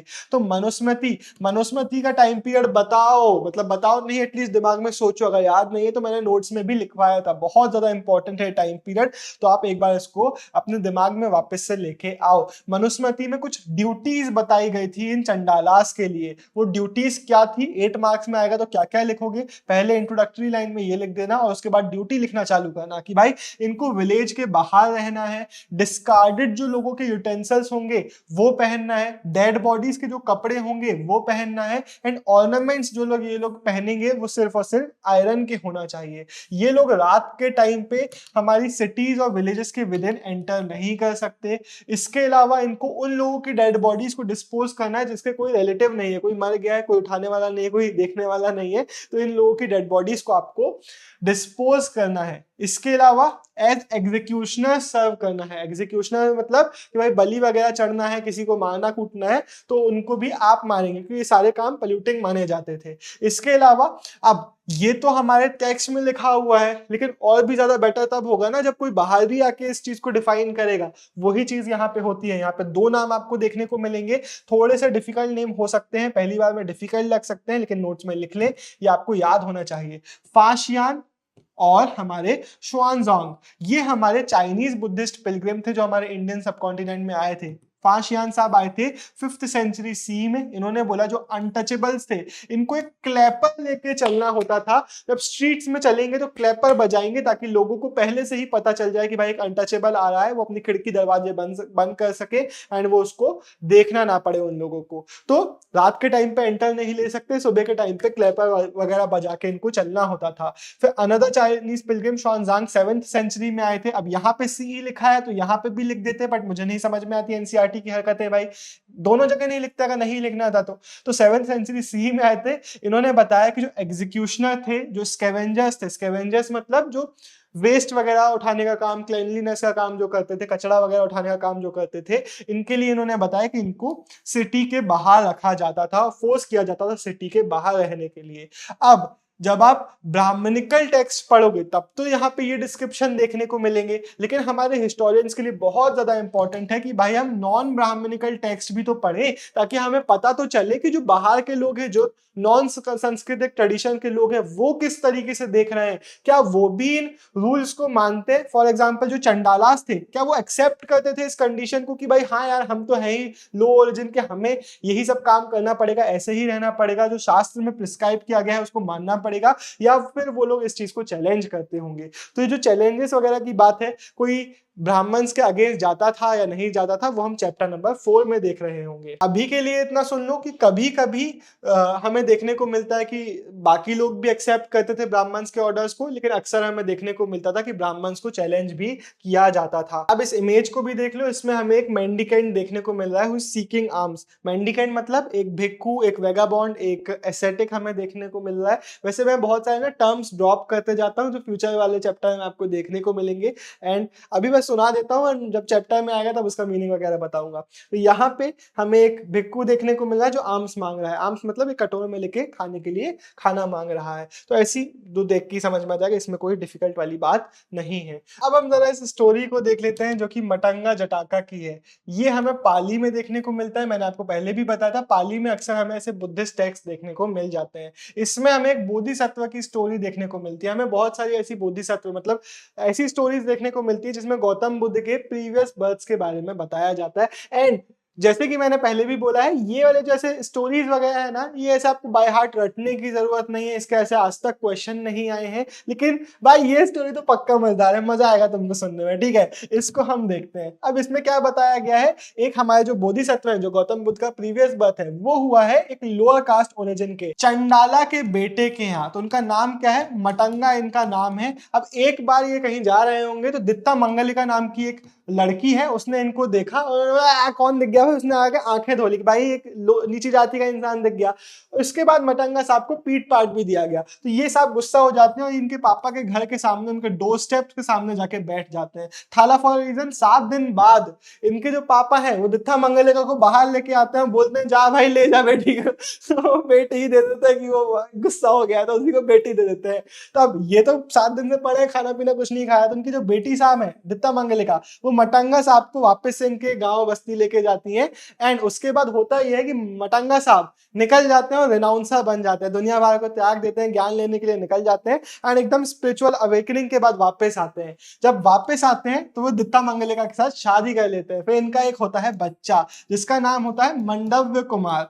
अब मत टेंशन लो, ज्यादा नाम में मत घुसो, बस सुन लो स्टोरी को, ठीक है। अब ये जो बच्चा है ना, ये बड़ा होके बड़ा स्कॉलर बनता है, वेद वगैरह पढ़ता है, और उसके बाद लिखा हुआ है कि 16,000 ब्राह्मण्स को रोज खाना वाना खिलाता है। तो बड़ा पुण्य उन्य का काम कर रहा होता है। तो पापा जी एक दिन क्या कहते हैं, डिस्गाइज में एकदम भिखारी विकारी बन के उसके सामने आते हैं, बोलते हैं कि भाई हमारे कटोरे में कुछ खाने पीने के लिए दे दो, भूख लग रही है। तो वो उनको मना कर देता है कि भाई तुम तो भिखारी हो, तुमको थोड़ी ना खाना खिलाएंगे, तो ब्राह्मणों के लिए खाना है। तो ये बड़ा गुस्सा हो जाते हैं, उसको चिल्ला विल्ला देते हैं, वो इनको फेंकवा देता है बाहर, और ये चले जाते हैं। और लिखा हुआ है कि उड़ के गायब हो जाते हैं। फिर जब मम्मी जी को ये बात पता चलती है कि पापा जी गुस्सा हो गए, उड़ के गायब हो गए, तो पापा जी के पीछे पीछे जाती हैं एंड बोलती है कि भाई सॉरी भाई, माफ कर दो, अपना ही बेटा है। तो वो पापा जी अपने बोल से उसको खाना ऑफर कर देते कि लो ये भीख वाला खाना ले लो, अपने बेटे को खिला देना।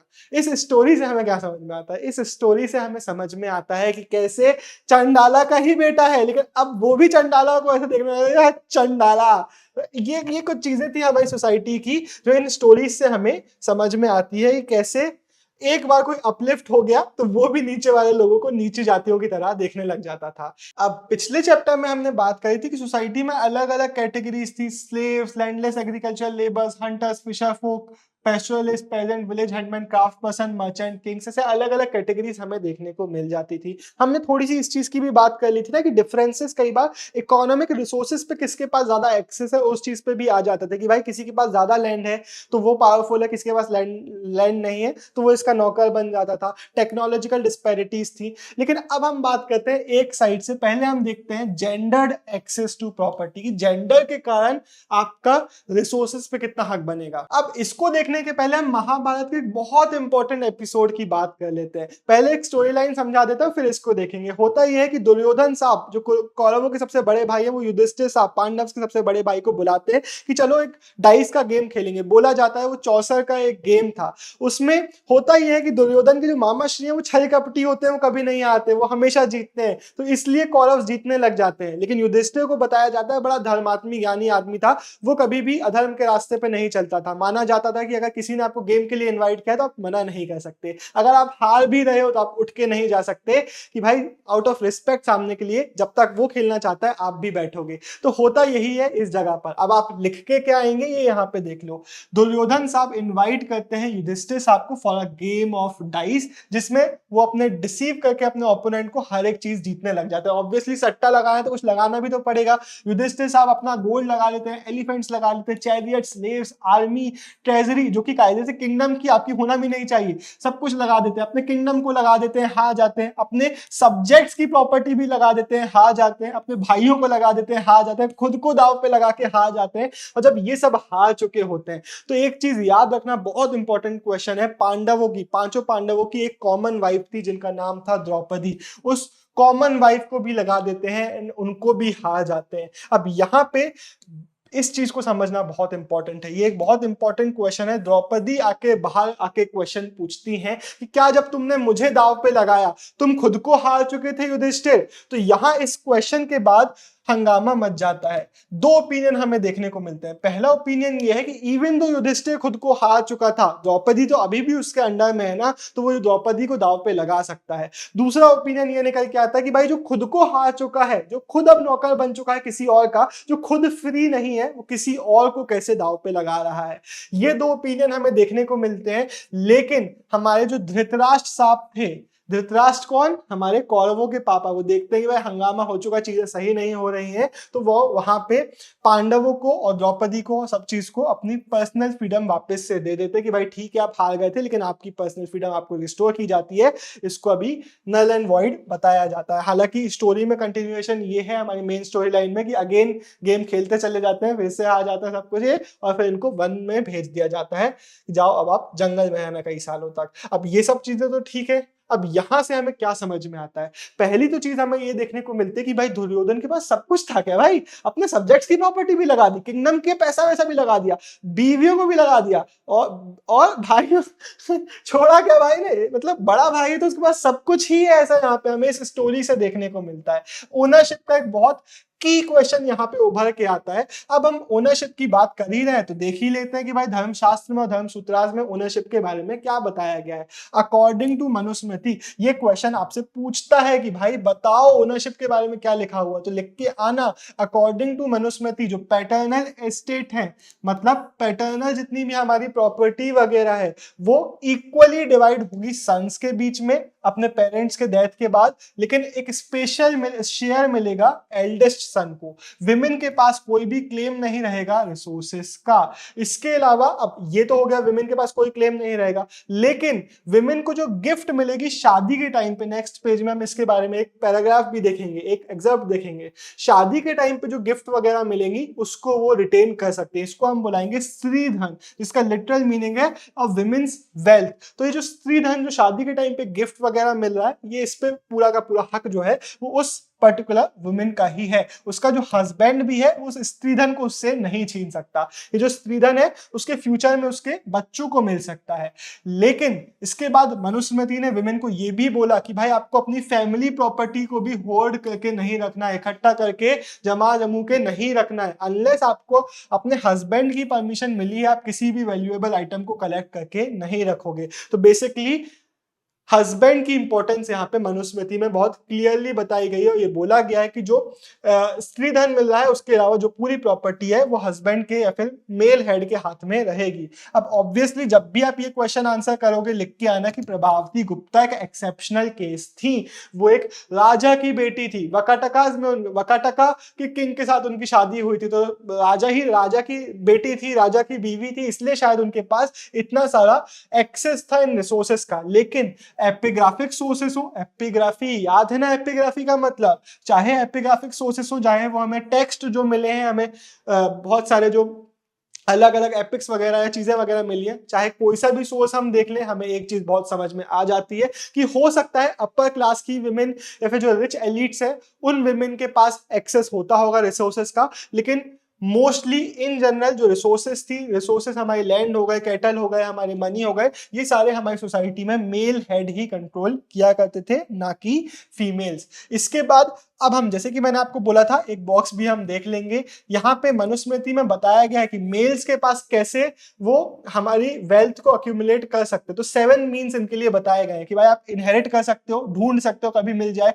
खरीद सकते हो किसी लैंड वगैरह को, कॉन्क्वेस्ट कर सकते हो, इन्वेस्टमेंट कर सकते हो, काम कर सकते हो, या फिर गिफ्ट्स वगैरह ले सकते हो। ये सारे तरीके लेजिट हैं वेल्थ अक्यूमुलेट करने के लिए। विमेन के लिए 6 मीन्स बताए गए हैं, लेकिन मैं करेक्ट करता हूं, सिर्फ एक ही तरीका है, वो है गिफ्ट। 6 मीन्स में क्या लिखा हुआ है, भाई गिफ्ट दे दे या पापा गिफ्ट दे दे या फिर मम्मी गिफ्ट दे दे या फिर दहेज गिफ्ट ही गिफ्ट का कुछ है ही नहीं। तो विमेन्स के लिए हमें देखने को मिलता है कि ये वेल्थ एक्वायर नहीं कर सकती एक्सेप्ट गिफ्ट। कि भाई अफेक्शन के लिए हस्बैंड कुछ गिफ्ट दे दे तो एक अलग मेथड हो गया, या फिर पापा कुछ गिफ्ट दे दे तो एक अलग, पागल हो गया, वो तो एक ही चीज है, गिफ्ट तो गिफ्ट होती है। चलो अब हम बढ़ते हैं। पहले हमने देखा कि जेंडर के बेसिस पे क्या डिफरेंसेस हैं एक्सेस टू प्रॉपर्टी में। अब हम देखेंगे वर्ण के बेसिस पे क्या डिफरेंसेस है एक्सेस टू प्रॉपर्टी में। अब एज पर ब्राह्मणिकल टेक्स्ट जो सबसे इंपॉर्टेंट हमारे वर्ण है वो कौन से? हमारे टॉप 2 हमारे ब्राह्मण्स और हमारे क्षत्रियास। फोर्थ वर्ण शूद्रास को तो काम भी नहीं दिया था, कोई ऑक्यूपेशन नहीं दिया था एक्सेप्ट सर्विट्यूड। हमें ये देखने को मिलता है कि भाई अगर ये चीजों को इम्प्लीमेंट किया जा रहा था तो ब्राह्मण्स और क्षत्रियास जो है वो कायदे से सबसे ज्यादा वेल्दी होना चाहिए। हमें देखने को ये भी मिलता है कि भाई हाँ, जो बाकी टेक्सचुअल ट्रेडिशंस है एक्सेप्ट फ्रॉम ब्राह्मणिकल ट्रेडिशन, उनमें भी हमें देखने को मिलता है अगर राजा का डिस्क्रिप्शन है या फिर किसी ब्राह्मण का डिस्क्रिप्शन है तो हमें अक्सर देखने को मिलता है कि भाई ये लोग रईस होते भी थे, सोसाइटी में इनकी कंडीशन काफी ज्यादा अपलिफ्टेड थी। लेकिन ऐसा नहीं था कि एक्सेप्शनल केसेस नहीं थे। हमें ये भी देखने को मिलता है कभी कभी गरीब ब्राह्मण भी होते थे। हमने देख लिया कि मर्चेंट्स भी बन जाते थे ये लोग, चाहे वो क्षत्रिय हो चाहे वो ब्राह्मण हो। कभी कभार इनकी कंडीशन सोसाइटी में खराब भी होती थी, लेकिन अक्सर किंग्स ऑलमोस्ट हमेशा ही रईस होते थे, ब्राह्मण्स भी अक्सर रईस हमें देखने को मिल जाते हैं। एक तरफ हमने देख लिया कि ब्राह्मणिकल व्यू के हिसाब से भाई धर्मशास्त्र धर्मसूत्रास के हिसाब से कि भाई ऐसे ऐसे ऐसे होना चाहिए, ये वर्ण ऑर्डर होना चाहिए, बेस्ड ऑन बर्थ होना चाहिए, लेकिन इनको चैलेंज भी किया जाता था। मैंने कई बार बोल दिया पर एक लास्ट बार बोल देता हूँ, अगले चैप्टर में हम इसकी पूरी बात करने वाले हैं, लेकिन थोड़ी सी बात यहाँ पे थोड़ा सा इंट्रोडक्शन नेक्स्ट चैप्टर का हम यहीं पे देख लेते हैं। हमें बेस्ट एग्जाम्पल देखने को मिलता है अर्ली बुद्धिज्म का, जिसमें इस आइडिया को चैलेंज किया जा रहा था। वही time period 6th century BC onwards हमें देखने को मिलता है कि इन लोगों ने चैलेंज किया इस वर्ण ऑर्डर को, इस बाय बर्थ वाले सिस्टम को। अकॉर्डिंग टू बुद्धिस्ट आइडियोलॉजी इनका कहना था कि सोसाइटी में डिफरेंसेस हैं, इसको हम मना नहीं कर रहे, ऑब्वियसली सोसाइटी में डिफरेंसेस हैं, लेकिन ये जो डिफरेंसेस हैं वो फ्लेक्सिबल हैं, इनफ्लेक्सिबल नहीं है, इनको हम चेंज कर सकते हैं। ये जो सोशल ऑर्डर है वो ह्यूमन मेड है, भगवान ने इसको नहीं बनाया है। तो इनका कहना ये था हमारे बुद्धिस्ट आइडियोलॉजी वालों का कि जो स्टेटस आपने बोल दिया कि बाय बर्थ है, ये बिल्कुल भी सही नहीं है। इस आइडियोलॉजी को उन्होंने रिजेक्ट किया। अब यहाँ पे हमें एक बुद्धिस्ट स्टोरी मध्यमा निकाय देखने को मिल रही है, जिसमें एक किंग अवंतीपुत्र है और एक बुद्धा के डिसाइपल है कचना, उनके बीच का हमें कॉन्वर्सेशन देखने को मिलता है। जो राजा जी हैं वो बोलते हैं कि भाई ये जो ब्राह्मण्स बोलते हैं कि हम सबसे बेस्ट है, हम सुपीरियर, हम ये हैं, हम वो है, बाकी सब खराब है, क्या ये बात सही है? तो अवंतीपुत्र रिप्लाई करते हैं कि मान लो एक शूद्र हो, सबसे नीचे वर्ण वाला, और वो बहुत ज्यादा वेल्दी हो, तो क्या होगा? तो अवंतीपुत्र बोलते हैं अगर वो बहुत ज्यादा पैसे वाला होगा, उसका गोल्ड होगा या सिल्वर होगा, कॉर्न होगा, कुछ होगा, बहुत रईस वहीस होगा, तो डेफिनेटली वो अपने लिए नौकर रख लेगा, उससे सब अच्छे से बात करेंगे, वो जो चाहे वो करा लेगा। तो हमारे कच्छना रिप्लाई करते हैं कि भाई इससे क्या समझते हो? क्या डिफरेंसेस एक्चुअल में है या फिर सिर्फ पैसे वैसे की माया है या फिर पावर का खेल है, जिसके कारण कुछ लोग ऊपर कुछ लोग नीचे हो गए? तो ऐसे हमें कॉन्वर्सेशंस देखने को मिल जाते हैं बुद्धिस्ट आइडियोलॉजी वाले लोगों के, जिससे हमें समझ में आती है बुद्धिस्ट थिंकिंग किस तरीके से इस सोसाइटी की चीजों को देख रही थी। फिर एक ऑल्टरनेटिव सिनेरियो के बारे में भी हम बात कर लेते हैं। हो सकता है कुछ जगह पे ऐसा भी तो सीन होना कि जहाँ पे जो वेल्दी हैं उनसे एक्सपेक्ट किया जाता हो कि वो अपनी रिसोर्सेज को शेयर करें। जो मिजरली लोग हैं, मतलब जो दूसरों के लिए खर्चा नहीं करना, अपनी वेल्थ को दूसरों के लिए स्पेंड नहीं करना, शायद उनको लुक डाउन किया जाता हो। ऐसा भी तो कोई रीजन हो सकता है ना। इसकी हमने बात करी भी है, हमने बात करी थी एंशिएंट तमिलकम रीजन की। तमिलकम रीजन में तमिलनाडु के अलावा और कौन सी जगहें आती हैं? कौन याद करेगा? तुम याद करोगे, तुम्हारे नोट्स में मैंने लिखवाई थी एंड आई एक्सपेक्ट कि तुमको ये चीज याद होंगी। इसलिए जब भी मैं ऐसी पर्पल चीजों से लिखता हूँ ना, वो तुम लोग के लिए फ्यूचर के क्वेश्चन है, इसलिए उसको लिखते जाया करो, या फिर अगर तुम्हें लगे कि नहीं लिखने की जरूरत नहीं है तो याद करते जाया करो, जैसी भी तुम्हारी इच्छा हो। तो ये एक ऐसा रीजन था जहां पे हमें देखने को मिलता था, हमने बात करी थी कि जो चीफ्स होते थे वो अपनी रिसोर्सेज को खुद के पास नहीं रखते थे, उनको जो गिफ्ट मिलती थी वो डोनेट कर दिया करते थे। तो ऐसे भी कुछ केसेस हमें देखने को मिल जाते हैं। ऐसे बहुत सारे चीफडम्स थे आज से 2-2,500 साल पहले, जहां पे हमें देखने को मिलता है कि इस आइडियोलॉजी को बहुत ज्यादा सपोर्ट किया जा रहा था। इनके बहुत सारे केसेस हमें देखने को मिलते हैं। चीफ कि जो बार्ड्स एंड पोएट होते थे, जो चीफ्स थे, वो बार्ड्स और पोएट्स को पैट्रन करते थे। बार्ड्स टर्म थोड़ा नया लग रहा होगा, बार्ड्स मतलब जो स्टोरी टेलर्स वगैरह होते थे, एक थोड़ा सा ब्रॉड टर्म है स्टोरी टेलर्स, पोएट्स, इन सब के लिए। तो इन लोगों के जो चीफ्स होते थे उनके बारे में ये लोग काफी सारी स्टोरीज वगैरह लिखते थे, जिसमें वो लोग बताते थे कि भाई हमारे चीफ्स कितने प्यारे हैं, हमारे चीफ्स कितने जेनरस हैं। तो हमें तमिल संगम एंथोलॉजीज में देखने को मिलता है। एंथोलॉजी टर्म भी बहुत इंपॉर्टेंट है, मैंने पहले भी इसका डिस्क्रिप्शन दिया है लेकिन फिर से दे रहा हूँ। एंथोलॉजी मतलब जब हम किसी कलेक्शन ऑफ स्टोरीज की, कलेक्शन ऑफ पोएट्रीज की बात करते हैं, उस कलेक्शन को हम एंथोलॉजीज बोलते हैं। अब इन एंथोलॉजीज में हमें देखने को मिलता है सोशल और इकोनॉमिक रिलेशंस के बारे में, कैसा रहता होगा इन चीफडम्स में। तो वहां पे यही बात बताई जाती है कि भाई डिफरेंसेस तो सोसाइटी में थे, लेकिन वो लोग जो पावर में थे सोसाइटी में, जिनके पास ज्यादा रिसोर्सेज थी, उनसे एक्सपेक्ट किया जाता था कि वो शेयर करेंगे। ऐसा ही एक एग्जांपल हमें यहाँ पे देखने को मिल रहा है। इसमें क्या बताया गया है, एक बार्ड है जो अपने पैट्रॉन, अपने मुखिया के बारे में बोल रहा है कि भाई हमारा मुखिया तो बहुत ज्यादा अच्छा है, अगर अगर तुम उसकी बात करो तो उसके बारे में लिखा हुआ है कि उसके पास इतना पैसा नहीं है कि वो सबको दिन भर बांटता फिरे, लेकिन वो इतना ज्यादा जेनरस है, वो इतना नैरो माइंडेड भी नहीं है कि वो किसी को मना करे। जब हम उसको दिखाते हैं हमारी प्रॉब्लम्स के बारे में, उन्होंने यही यहाँ पे बोला कि वो ईरानताई में रहता है, और अगर तुम भूखे हो चलो मेरे साथ, अगर तुम उसको जाके अपने रिप्स दिखाओगे कि भाई देखो यार मुझे भूख लग रही है, मैंने खाना नहीं खाया है, तो वो अपने लोगों से ऑर्डर दे देगा कि भाई तलवार बना लो, अपने वेपन्स बना लो और लड़ाई करने जाना है, इन लोगों के लिए खाना लेके जाना है। वो इतना अच्छा हमारा चीफ है, वो इतना जनरस हमारा चीफ है। तो ऐसे भी एग्जाम्पल हमें देखने को मिल जाते हैं यहाँ पे। ऑब्वियसली इसके बाजू में लिखा हुआ है, याद कर लो इसको, कि यहाँ पे हमें क्या देखने को मिल रहा है, एक चीफ है, उसका फॉलोअर है, उसका स्टोन स्कल्पचर हमें अमरावती का देखने को मिल रहा है। तो ऐसे भी कुछ केसेस हमारे चैप्टर में हमें मिल जाते हैं। इस टॉपिक में हम समझेंगे कि जो सोसाइटी में जो सोशल इनइक्वालिटीज है या फिर जो सोशल इंस्टीट्यूशंस हमने सेटअप किए हैं, उनके बारे में बुद्धिस्ट अंडरस्टैंडिंग क्या कहती है। अभी तक हमने ब्राह्मणिकल अंडरस्टैंडिंग देखी है, तो अब हमें एक मिथ मिला है। मिथ मतलब क्या होता है, जो भी, जैसे मैंने पहले बताया था, मिथ, सागा, लेजेंड, एपिक। तो जो मिथ टर्म है ना, वो पर्टिकुलरली हम तब यूज करते हैं जब हम किसी ओरिजिनल स्टोरी की बात करते हैं, कि भाई किसी गॉड की ओरिजिन स्टोरी या फिर किसी भी चीज की ओरिजिन स्टोरी की बात हम करते हैं, तो वहां पे हम मिथ टर्म यूज करते हैं instead of legend, saga, epic. ठीक है, तो ये जो 4-5 टर्म है वो हम अलग अलग जगहों पे अलग अलग तरीके से यूज कर सकते हैं। तो महाभारत के साथ एपिक यूज करना है, यहाँ पे हमने मिथ टर्म यूज किया है।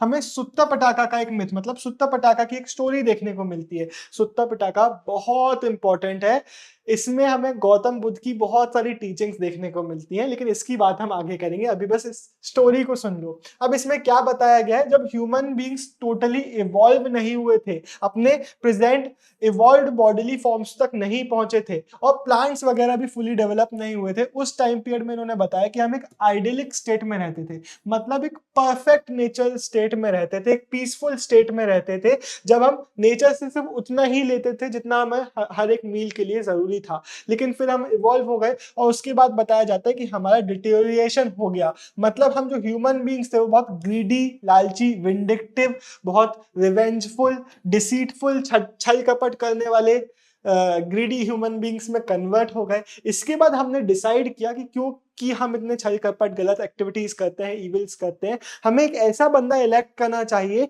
जो कि पनिश करे हमें गलत एक्टिविटीज के लिए। Who should be wrathful when indignation is right। इसका मतलब क्या होता है, wrathful मतलब गुस्सा करना, indignation मतलब गुस्सा करना। उसको गुस्सा करना चाहिए जब गुस्सा करना सही है, उसको पनिशमेंट देना चाहिए जब पनिशमेंट देना सही है, उसको चीजों को सेंसर करना चाहिए, उसको लोगों को बैनिश करना चाहिए कि भाई इसको पनिशमेंट देना है, इसको निकालना है, इसको निकाल फेंका जाए। ऐसी पनिशमेंट उसको देना पड़ेगा, क्योंकि वरना तो हम गलत करते ही चले जाएंगे।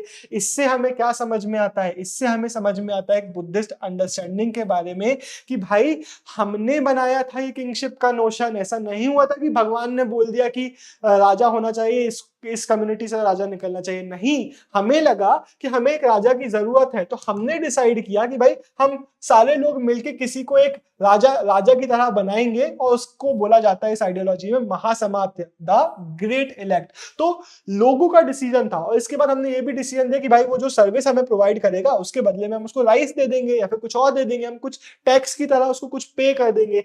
तो बुद्धिस्ट आइडियोलॉजी में हमें देखने को मिलता है जो किंगशिप का नोशन है, जो किंग है, इसको लोगों के नीड के कारण बनाया जाता था, और जो टैक्स उसको दिए जाते थे, उसकी जो सर्विस वो रेंडर करता था, जो सर्विस प्रोवाइड करता था, उसके लिए हमने उसको टैक्स देना चालू किया। इसका एक दूसरा साइड ये है कि बुद्धिस्ट आइडियोलॉजी बोल रही है कि जो सोशल डिफरेंसेस हैं, जो इकोनॉमिक पॉलिसीज है, जो इंस्टीट्यूशंस है, वो हमने ही स्टेब्लिश किए हैं, तो अगर हम चाहते हैं तो उनको चेंज भी कर सकते हैं। ऐसा कुछ भी नहीं है कि बाय बर्थ स्टेटस है या ऐसा कुछ। अगर हम इस सिस्टम को चेंज करना चाहे तो हम इन सोशल रिलेशंस को, इन इंस्टीट्यूशंस को चेंज भी कर सकते हैं। अब अब इस टॉपिक में हम बात कर लेते हैं कि महाभारत को एज हिस्टोरियंस हम कैसे हैंडल करते हैं। एक काफी इजी सा लेकिन एक इंपॉर्टेंट क्वेश्चन है, क्योंकि सीधे 8 मार्क का क्वेश्चन में बनता है, जो कि सीधे आपको यही डायरेक्ट क्वेश्चन ही पूछता है कि हैंडलिंग टेक्स्ट के बारे में कुछ डिटेल्स बताओ कि क्या क्या अलग अलग पर्सपेक्टिव्स हैं, अलग अलग एलिमेंट्स हैं जो हमें पता होना चाहिए महाभारत को पढ़ने के पहले, समझने के पहले। तो उसके बारे में पूरा ये जो पैराग्राफ है, थोड़ा सा बड़ा सा पैराग्राफ है लेकिन इजी पैराग्राफ है, इसको सुन लो, आपसे 8 मार्क का क्वेश्चन बन जाएगा।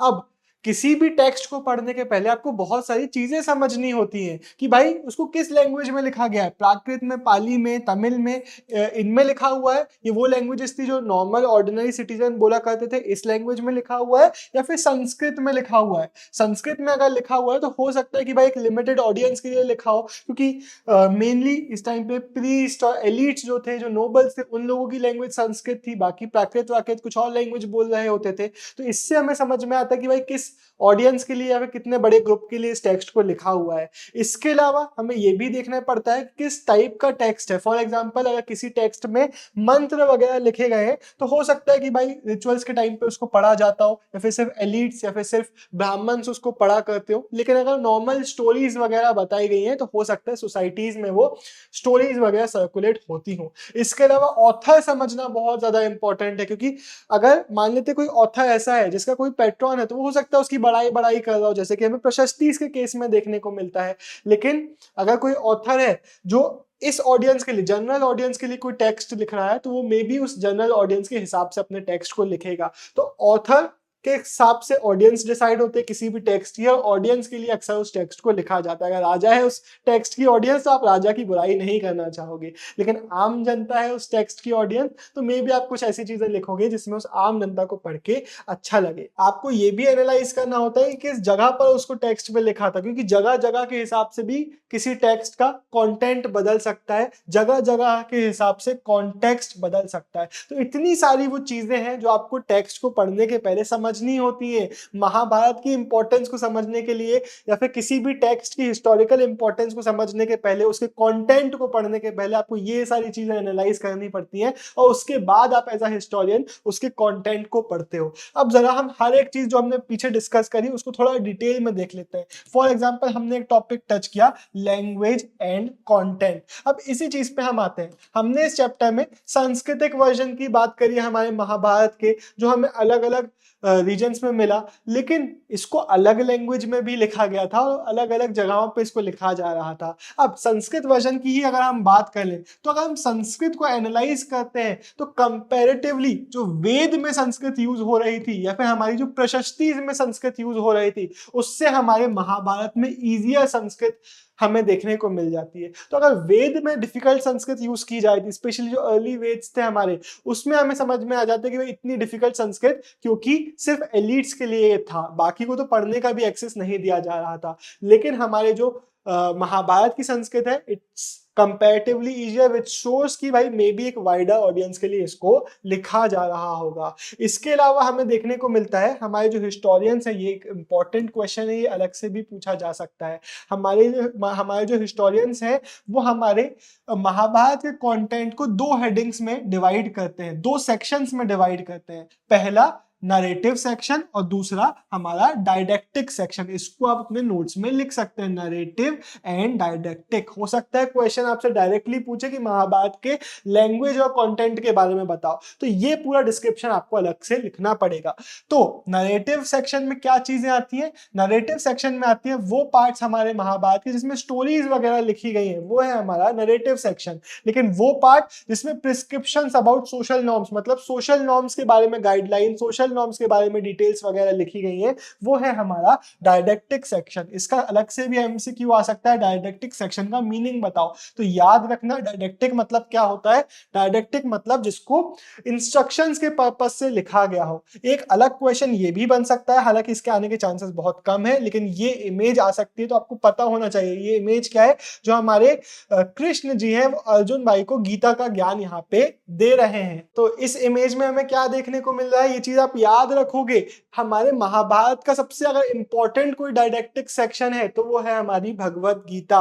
ये हमारा महाभारत का बहुत इंपॉर्टेंट पार्ट है जिसके हमें बहुत सारे ऐसे इमेजेस देखने को मिल जाते हैं। तो ये इमेज बहुत इजी टू रिमेंबर है, ये अगर आ जाएगा तो आपसे बन जाएगा। लेकिन अब यहाँ पे ये याद रखना, the distinction is by no means watertight. मतलब ऐसा नहीं है कि अगर हमने बोला है कि ये नरेटिव सेक्शन है तो वहां पे हमें कोई डायडेक्टिक पोर्शन नहीं दिखेगा, वहां पे हमें नॉर्म्स वगैरह नहीं मिलेंगे या फिर डायडेक्टिक पोर्शन में स्टोरीज नहीं मिलेंगी। हमें देखने को मिलता है कि डिस्टिंक्शन बिल्कुल भी वाटर टाइट नहीं है। इसके अलावा लास्ट लाइन हो सकता है आप में से कुछ लोगों को अच्छी ना लगे, लेकिन याद रखना है कि हिस्टोरियंस ये मानते हैं कि जो हमारी महाभारत है ये एक मूविंग स्टोरी की तरह लिखी गई थी। इसको आप फैक्चुअल टेक्स्ट की तरह नहीं देख सकते बल्कि एक ड्रामेटिक टेक्स्ट की तरह आपको इसको देखना पड़ेगा। ये भी बोला जाता है, ये भी आप याद रखेंगे कि डायडेक्टिक पोर्शंस वर एडेड मच लेटर। हमारे इस टेक्स्ट को अक्सर इतिहास टर्म से रेफर किया जाता है। इतिहास मतलब क्या होता है? Thus it was. इतिहास मतलब क्या होता है? हमारी हिस्ट्री। तो क्या ये एक्चुअल हिस्ट्री है? हमने एक ओपिनियन तो हमारे हिस्टोरियंस का पीछे ही देख लिया। क्या ये जो एपिक है इसको इसलिए ही लिखा गया था कि हर एक चीज को प्रिजर्व करके रखा जा सके, जो किनफोक के बीच में वॉर हुई होगी उसको यहाँ पे मेंशन किया गया था। हमें करोबोरेटिव एविडेंसेस देखने को नहीं मिलते हैं। करोबोरेटिव एविडेंस मतलब कि इस बैटल के फैक्ट चेक करने के लिए जो एविडेंसेस हमें मिलने चाहिए वो हमें नहीं मिलते हैं, इसलिए हमें ऐसा ओपिनियन हमारे हिस्टोरियंस का देखने को मिलता है जो हमने पिछले पेज में देखा। अब ऑथर्स की बात जरा कर लेते हैं। ये एक इंपॉर्टेंट एमसीक्यू का क्वेश्चन है। एक क्वेश्चन आपसे बनता है कि जो ओरिजिनल स्टोरी है हमारी महाभारत की उसको किसने कंपोज किया था? तो आप चीज ये याद रखेंगे, जो चैरिटियर बार्ड्स थे जिनको हम क्या बुलाते हैं? सुताज। सुताज लोग कौन होते थे? रथ यात्री। हमारे जो क्षत्रियास के साथ बार्ड्स जो बैठ के जाते थे उनका काम क्या होता था कि अगर जीत वीत गए तो कंपोजिशन वगैरह कर दी, पोएट्रीज वगैरह लिख दी, किस्से कहानियां लिख दी, सुना रहे हैं लोगों को और रथ वगैरह चला रहे हैं। तो जो चैरिटियर बार्ड्स होते थे, बोला जाता है कि इन लोगों ने इस महाभारत की स्टोरी को सबसे पहले कंपोज किया गया था और ओरली ये स्टोरी जो है वो सुनाई जाती थी। लेकिन पहले ओरली सर्कुलेट हुई 5th सेंचुरी बीसी ऑनवर्ड्स। हमारे जो ब्राह्मण्स थे उन्होंने इसको लिखने का काम चालू कर दिया। अब आगे बढ़ने के पहले जरा इस इमेज को भी देख लो। एक स्टोरी है जहां पे बोला जाता है व्यास साहब थे, हमारे ऋषि मुनि वेद व्यास जी जो नरेट कर रहे थे, और हमारे गणेश जी इसके स्क्राइब थे, मतलब वो इसको लिख रहे थे। तो इस इमेज में हमें वो स्टोरी देखने को मिलती है। हालांकि अभी हम चैप्टर में आगे बढ़ते हैं। अब ये वही टाइम था जब हमारे कुरु हो गए या फिर हमारे पांचाला का रीजन हो गया, ये डेवलप हो रहा था। यहाँ पे किंगडम्स डेवलप हो रहे थे, ये अब बड़े बड़े किंगडम्स में कन्वर्ट हो रहे थे। तो क्या यहाँ के जो किंग्स वगैरह थे, जो राजा वगैरह थे, वो अपने इतिहास को लिखवाना चाहते थे, इसलिए इस टेक्स्ट को लिखवाया गया? 100% तो हम कुछ भी यहाँ पे नहीं बोल सकते हैं। इसके बाद एक और इंटरेस्टिंग पॉइंट लिखा हुआ है कि जब ऐसे चेंजेस आते हैं ना कि एक नया किंगडम इमर्ज हो रहा है, ये सब चीजें, तो कई बार पुराने वैल्यूज छूट जाते हैं, नए वैल्यूज वहां पे उन वैल्यूज को रिप्लेस कर रहे होते हैं। तो हो सकता है महाभारत के कुछ जो एपिसोड्स हैं हमें इसी चीज को पॉइंट आउट कर रहे हैं। इसका एक एग्जांपल हम यहाँ पे देख लेते हैं कि कैसे टाइम पीरियड भी बहुत सारी चीजों को अफेक्ट करता है। फॉर एग्जांपल हमें महाभारत की जो 200 BC से लेकर 200 C के बीच के कॉम्पोजिशंस देखने को मिलते हैं।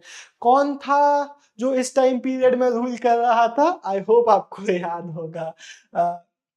इस टाइम पीरियड के जो कॉम्पोजिशंस देखने को मिलते हैं उसमें हमें क्या देखने को मिलता है? इसी टाइम पीरियड पे विष्णु जी की वर्शिपिंग बहुत ज्यादा हमारी सोसाइटी में बढ़ रही थी और कृष्ण जी को विष्णु जी का अवतार की तरह देखा जाने लग रहा था। तो हमें देखने को मिलता है हमारे एपिक में भी कृष्ण जी जो है वो बहुत ज्यादा एक इंपॉर्टेंट रोल प्ले करते हैं। उसके बाद अगर हम बात करें 200 BC से लेकर 200 C से लेकर 400 C के टाइम पीरियड की, तो हमें देखने को मिलता है बहुत सारे डायडेक्टिक पोर्शंस ऐड किए गए थे हमारी महाभारत में जो कि मनुस्मृति को रिजेंबल कर रहे थे। अब मनुस्मृति का टाइम पीरियड भी आई एम प्रीटी श्योर कि आपको याद होगा कि क्या था। अब मनुस्मृति लिख दी गई है तो उसी को रिजेंबल करने वाले डायडेक्टिक पोर्शंस हमारे महाभारत में भी ऐड किए गए। इससे हमें समझ में आता है कि सोसाइटी में जो मॉडर्न लाइफ में चीजें हो रही थी, मतलब मॉडर्न लाइफ में मतलब उस हिसाब के साथ उस टाइम के हिसाब से उस टाइम पीरियड में जो चीजें हो रही थी वो हमें टेक्स्ट में भी रिफ्लेक्ट होती हुई देखने को मिल जाती है। बोला जाता है कि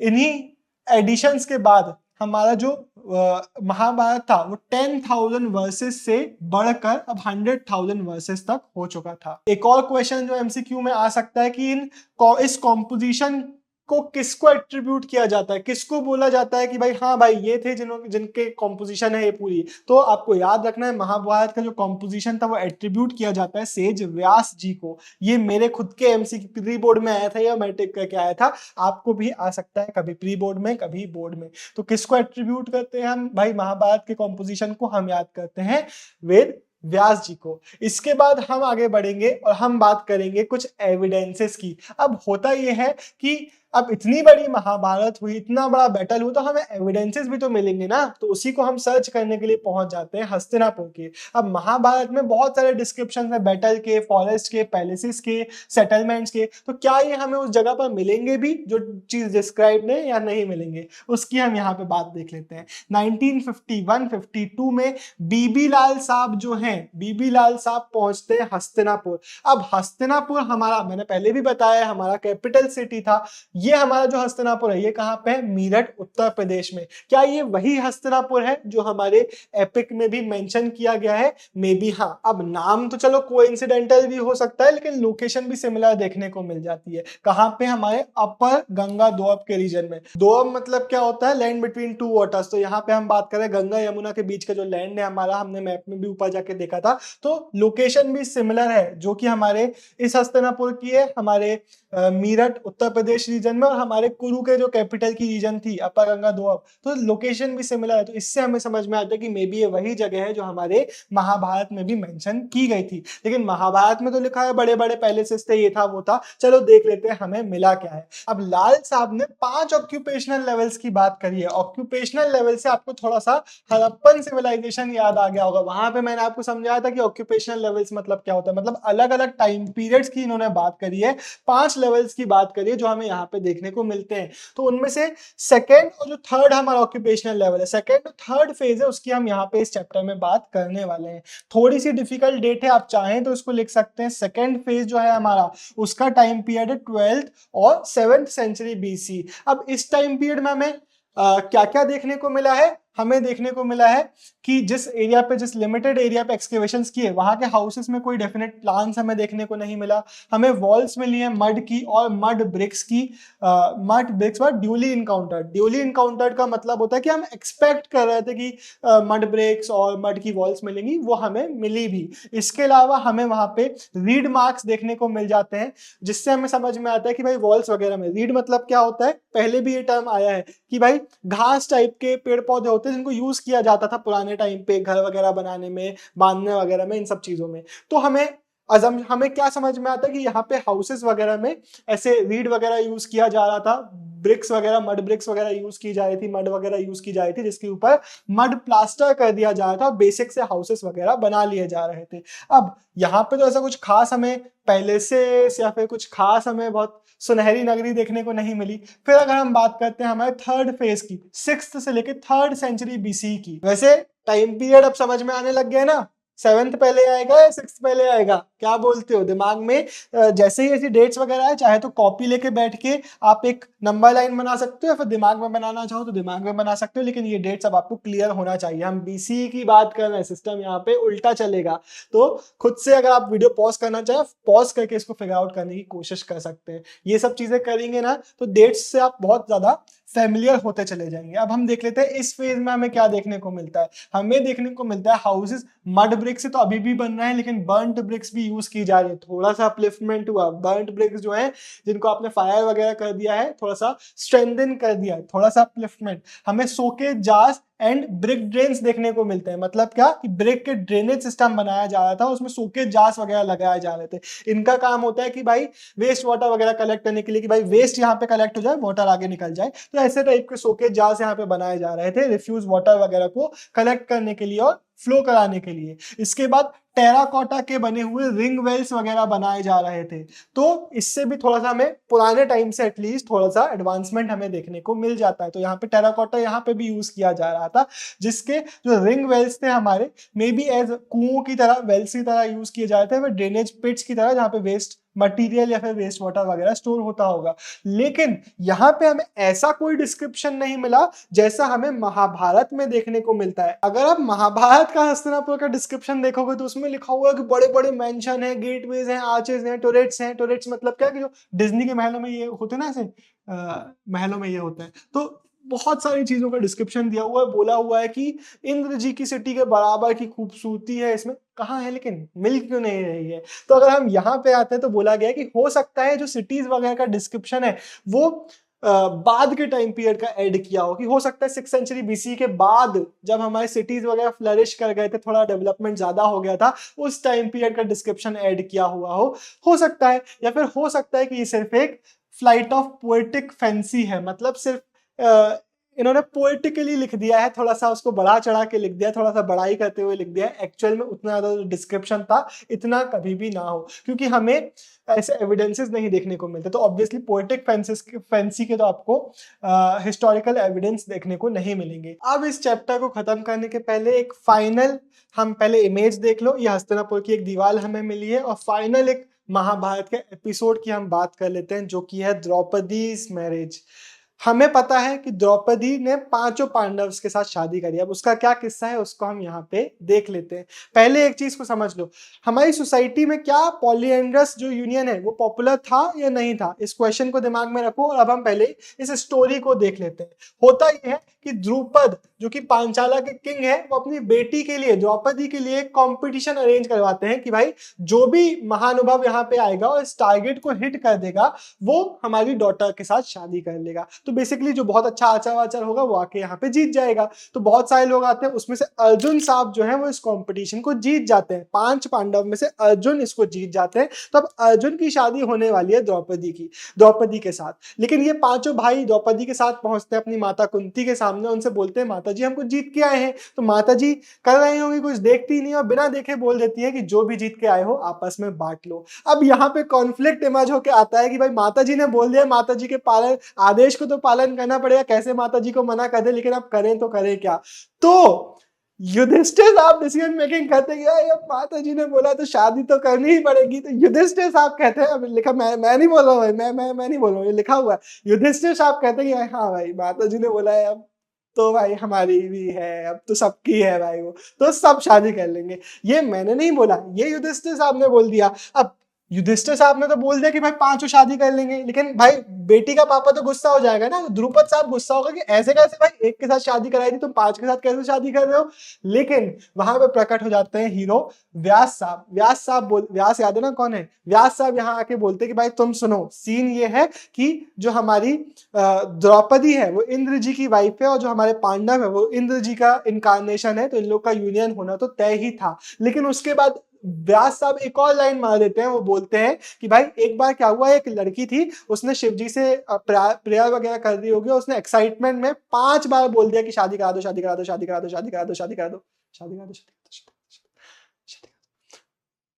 ऐसे एक्साइटमेंट में बोलना नहीं कभी, पर उसने 5 बार बोल दिया, तो उसकी इसलिए इस जन्म में 5 बार शादी हो रही है। लेकिन भाई तुम ही एक बार ये बोल रहे हो, दूसरी बार ये बोल रहे हो, मैं तो कभी ना मानता भाई। अगर एक एक्सप्लेनेशन तब भी मैं मान, 2 एक्सप्लेनेशन क्यों दे रहे हो?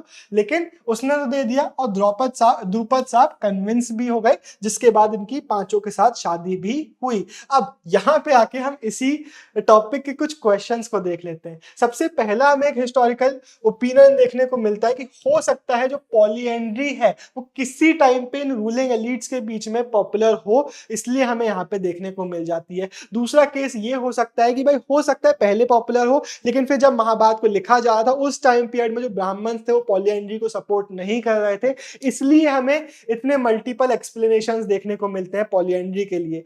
ये भी हमारे साथ हो सकता है। फिर कुछ हिस्टोरियंस का मानना है कि ऐसा भी तो हो सकता है कि ब्राह्मण के पॉइंट ऑफ व्यू से उतना ज्यादा प्रेवलेंट ना हो, उतना ज्यादा यूजुअल ना हो, लेकिन हिमालयन रीजन में तो आज भी ये चीजें चल रही हैं। तो ऐसे कैसे आप बोल रहे हो कि प्रेवेलेंट नहीं था? हो सकता है ऐसा चल रहा हो। उसके बाद कुछ लोगों का कहना ये बनता है कि भाई मे बी वॉरफेयर का टाइम पीरियड था, बहुत सारे लोग मर रहे थे, इसलिए शायद विमेन की शॉर्टेज वगैरह हो गई होगी, जिसके कारण यहाँ पे हमें पॉलीएंड्री देखने को मिल जाती है। फिर कुछ सोर्सेस हमें सजेस्ट करते हैं कि भाई पॉलीएंड्री ना तो अकेला कोई चीज थी, ना तो सबसे ज्यादा पॉपुलर चीज थी, लेकिन हमारे सामने क्वेश्चन ये आता है कि अगर सबसे ज्यादा पॉपुलर नहीं थी तो सेंट्रल कैरेक्टर्स के साथ ही क्यों कराया? किसी साइड कैरेक्टर के साथ पॉलीएंड्री करा देते, लेकिन मेन कैरेक्टर के साथ आपने पॉलीएंड्री करा दिया। तो इसके बाद हमें शायद ये याद करना पड़ेगा कि ये क्रिएटिव लिटरेचर है, और क्रिएटिव लिटरेचर में क्रेजी चीजें देखने को मिल ही जाती है, तो हो सकता है इसलिए यहाँ पे ऐसी चीजें कराई गई हो। अगर आपको क्रिएटिव लिटरेचर देखना है तो कॉलेज में इंग्लिश लिटरेचर ले लेना भाई साहब। हर चैप्टर में बीवी बेटे की मम्मी के साथ अफेयर है, मम्मी का बेटे का, मैं पागल हो गया। मैं कॉलेज में जाके भाई मैंने पहला चैप्टर बेटा देखा मम्मी बेटा, दूसरा चैप्टर देखा मम्मी बेटा, तीसरा चैप्टर देखा बेटा बेटी। क्या चल रहा है भाई ये? But creative literature has its own ways. Let's move on to the final topic, जिसका एक फाइनल क्वेश्चन आता है 8 मार्क का, जो कि सीधा यही बोलता है कि Mahabharata is a dynamic text, explain. तो उसमें आपको क्या क्या लिखना पड़ेगा मैं आपको यहाँ पे बहुत अच्छे से बता रहा हूँ। आप सबसे पहले यही पॉइंट बना के आएंगे कि भाई जो महाभारत की ग्रोथ है वो रुकी नहीं, वो हमेशा होती चली गई, डायनामिकली ग्रो करती चली गई। ऐसा नहीं हुआ कि एक टेक्स्ट लिख दिया खत्म। हमें अलग अलग वेरिएशंस देखने को मिलते हैं, अलग अलग सांस्कृतिक वर्जन देखने को मिलते हैं, ओवर द सेंचुरीज हमें देखने को मिलता है कि इसको लिखा गया था। आप यहाँ पे टाइम पीरियड मेंशन कर सकते हैं। इसके बाद आप लिख के आएंगे कि इसको अलग अलग स्क्रिप्ट्स में, अलग अलग लैंग्वेजेस में लिखा गया। एंड हमें महाभारत के थ्रू देखने को मिलता है कि अलग अलग कम्युनिटीज के बीच में कम्युनिकेशन हो रहा था, डायलॉग हो रहा था, जिसके कारण हमें इतने सारे वेरिएशंस देखने को मिल जाते हैं। अगर आप चाहें तो यहाँ पे वो भी मेंशन कर सकते हैं कि इतने सारे हमने वेरिएशंस देखे कि हमारी क्रिटिकल एडिशन के आधे से ज्यादा पेज तो वेरिएशंस को ही डेडिकेटेड थे, उसके फुटनोट्स और अपेंडिसेस में। तो ये चीज हमें देखने को मिलती है। इसके अलावा कुछ स्टोरीज ऐसी थी जो किसी पर्टिकुलर रीजन में इमर्ज हुई और बाकी जगहों पे फैल गई, तो हमें महाभारत के बारे में ये चीज बहुत ज्यादा देखने को मिलती है। और फिर जो हमारी मेन सेंट्रल स्टोरीज हैं, बहुत सारी रीजनल स्टोरीज उसमें एडअप हो गई, बहुत सारी सेंट्रल स्टोरीज की ऐसी स्टोरीज है जिनको अब नरेट किया जाता है अलग अलग फॉर्म ऑफ आर्ट स्टाइल्स में। फॉर एग्जाम्पल इनके हमें बहुत सारे स्कल्पचर्स देखने को मिलते हैं, जो हमें साइड में हमने पेंटिंग्स वगैरह, स्कल्पचर्स वगैरह पूरे चैप्टर में देखे, वो हमें देखने को मिलती है। इसके अलावा हमें बहुत सारे परफॉर्मिंग स्टाइल्स भी देखने को मिलते हैं, प्लेज में, डांसेस में और अदर काइंड ऑफ नरेशंस में महाभारत को इवन आज की डेट में भी पोर्ट्रे किया जाता है। तो hence Mahabharata is a dynamic text indeed. अब स्टार्ट होता है हमारा एक कंक्लूडिंग पैराग्राफ, जिसमें एक बहुत इंटरेस्टिंग स्टोरी बताई गई है। आज के पहले इसका कभी क्वेश्चन नहीं आया है and I am pretty sure इसके आने के चांसेस बहुत कम है, लेकिन बहुत इंटरेस्टिंग स्टोरी है, जरा इसको भी हम देख लेंगे। अब हमारी महाभारत को ना बहुत अलग अलग तरीके से सुनाया जाता है, रिटेल किया जाता है, रीइनेक्ट किया जाता है, मतलब परफॉर्म किया जाता है। उनका एक एग्जाम्पल हम देखेंगे महाश्वेता देवी की स्टोरी का। अब ये जो टॉपिक है इससे आज तक ऐसे कभी क्वेश्चन नहीं आए हैं, चांसेस कम है, लेकिन बहुत इंटरेस्टिंग एक टॉपिक है। अब इसमें होता क्या है, पहले महाश्वेता देवी के बारे में कुछ डिटेल्स सुन लो। ये एक बंगाली राइटर है जो कि ऑपरेशन और एक्सप्लॉयटेशन के अगेंस्ट हमेशा आवाज उठाने के लिए जानी जाती हैं। ये महाभारत के एक ऐसे टॉपिक को उठाती हैं जहां पे महाभारत में ज्यादा कुछ लिखा नहीं गया है, लेकिन उस टॉपिक पे एक फिक्शनल नैरेटिव यहाँ पे इस स्टोरी में पोर्ट्रे करती है। अब महाभारत का एक सीन है, हमें संस्कृतिक टेक्स्ट में देखने को मिलता है कि कौरव्स डिसाइड करते हैं कि हाउस ऑफ लैक बनाएंगे। एक लैक एक मटीरियल होता है जो कि बहुत ज्यादा इजिली जल जाता है, तो हाउस ऑफ लैक बनाएंगे, उसमें पांडव्स को बुलाएंगे, उसमें उनको जला देंगे।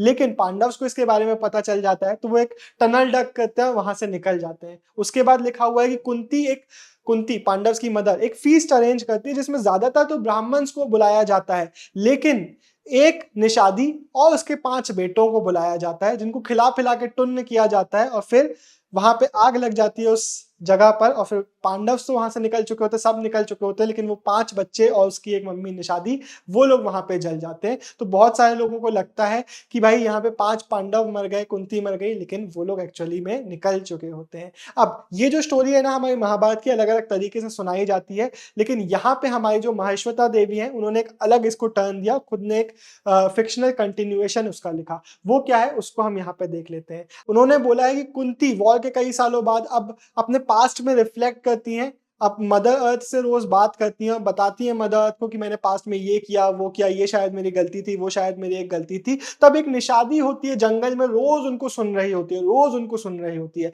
अब एक दिन होता है जब जंगल में थोड़ी सी शांति सी होती है, हलचल सी होती है, सब कुछ होता है, जब जानवर वगैरह शायद भाग रहे होते हैं, कुछ तो भी अलग हवा होती है। जिस दिन होता ही है कि जंगल में आग लग रही होती है। उस समय कुंती के सामने निषादी सामने आती है और बोलती है कि भाई मैं इतने दिन से तुमको सुन रही हूँ, तुम हर एक गलती को गिना चुकी हो अपनी, लेकिन तुमने आज तक उन 5 लोगों की बात नहीं करी। आज तक तुमने मदद से ये नहीं बोला कि शायद उनको हम बचा सकते थे, शायद जो हुआ वो गलत था। तो कुंती बोलती है, कुंती डर जाती, कुंती बोलती है भाई नहीं, तुम नहीं थी वो जो उस दिन थी।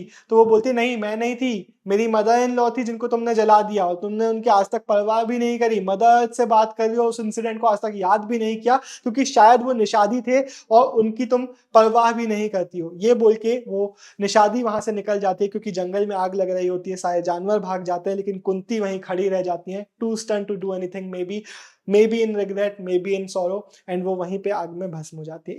इस एंड के साथ कुंती और निषादी खत्म होती है, जो कि एक फिक्शनल नैरेटिव है हमारी महाश्वेता देवी का। इसी के साथ हमारा जो चैप्टर है वो एक इंटरेस्टिंग नोट पे खत्म होता है। अब आपसे मेरी गुजारिश है कि एक बार जरा आप इसको जरूर देखें। इसमें कुछ डेट ऐसी हैं जो हमने पूरे चैप्टर में देखी है, लेकिन कुछ डेट्स आपको अलग भी लगेंगी। आप इसको एक बार बस रीड मार लीजिएगा, इतना आपके लिए काफी होगा। इसी के साथ साइनिंग ऑफ, देव टेंगोरिया। हम मिलेंगे चैप्टर नंबर 4 में, जो कि एक बहुत प्यारा एक चैप्टर है जिसमें हम बुद्धिज्म और जैनिज्म की बात करेंगे। Bye bye. दरण्यका, बृहदरण्यका, यहाँ पे नहीं बोलूंगा, गधा हूं मैं, क्यों बोल देता हूँ ऐसी चीजें यार, टेक्स बढ़ जाते हैं फ्री फाइंड में। पर डाल दूंगा एडिट में, या नहीं डालूंगा पता नहीं, कैंसिल हो जाऊं पता चले। उफ, इतना सा अंतर होता है बस, कैंसिल और नॉट कैंसिल, ऐसा ऐसा इतना सा लाइन है बस, बारीक लाइन है। भगवानों पे नहीं जाना, देव माई सेल्फ, लेकिन भगवानों पे नहीं जाना।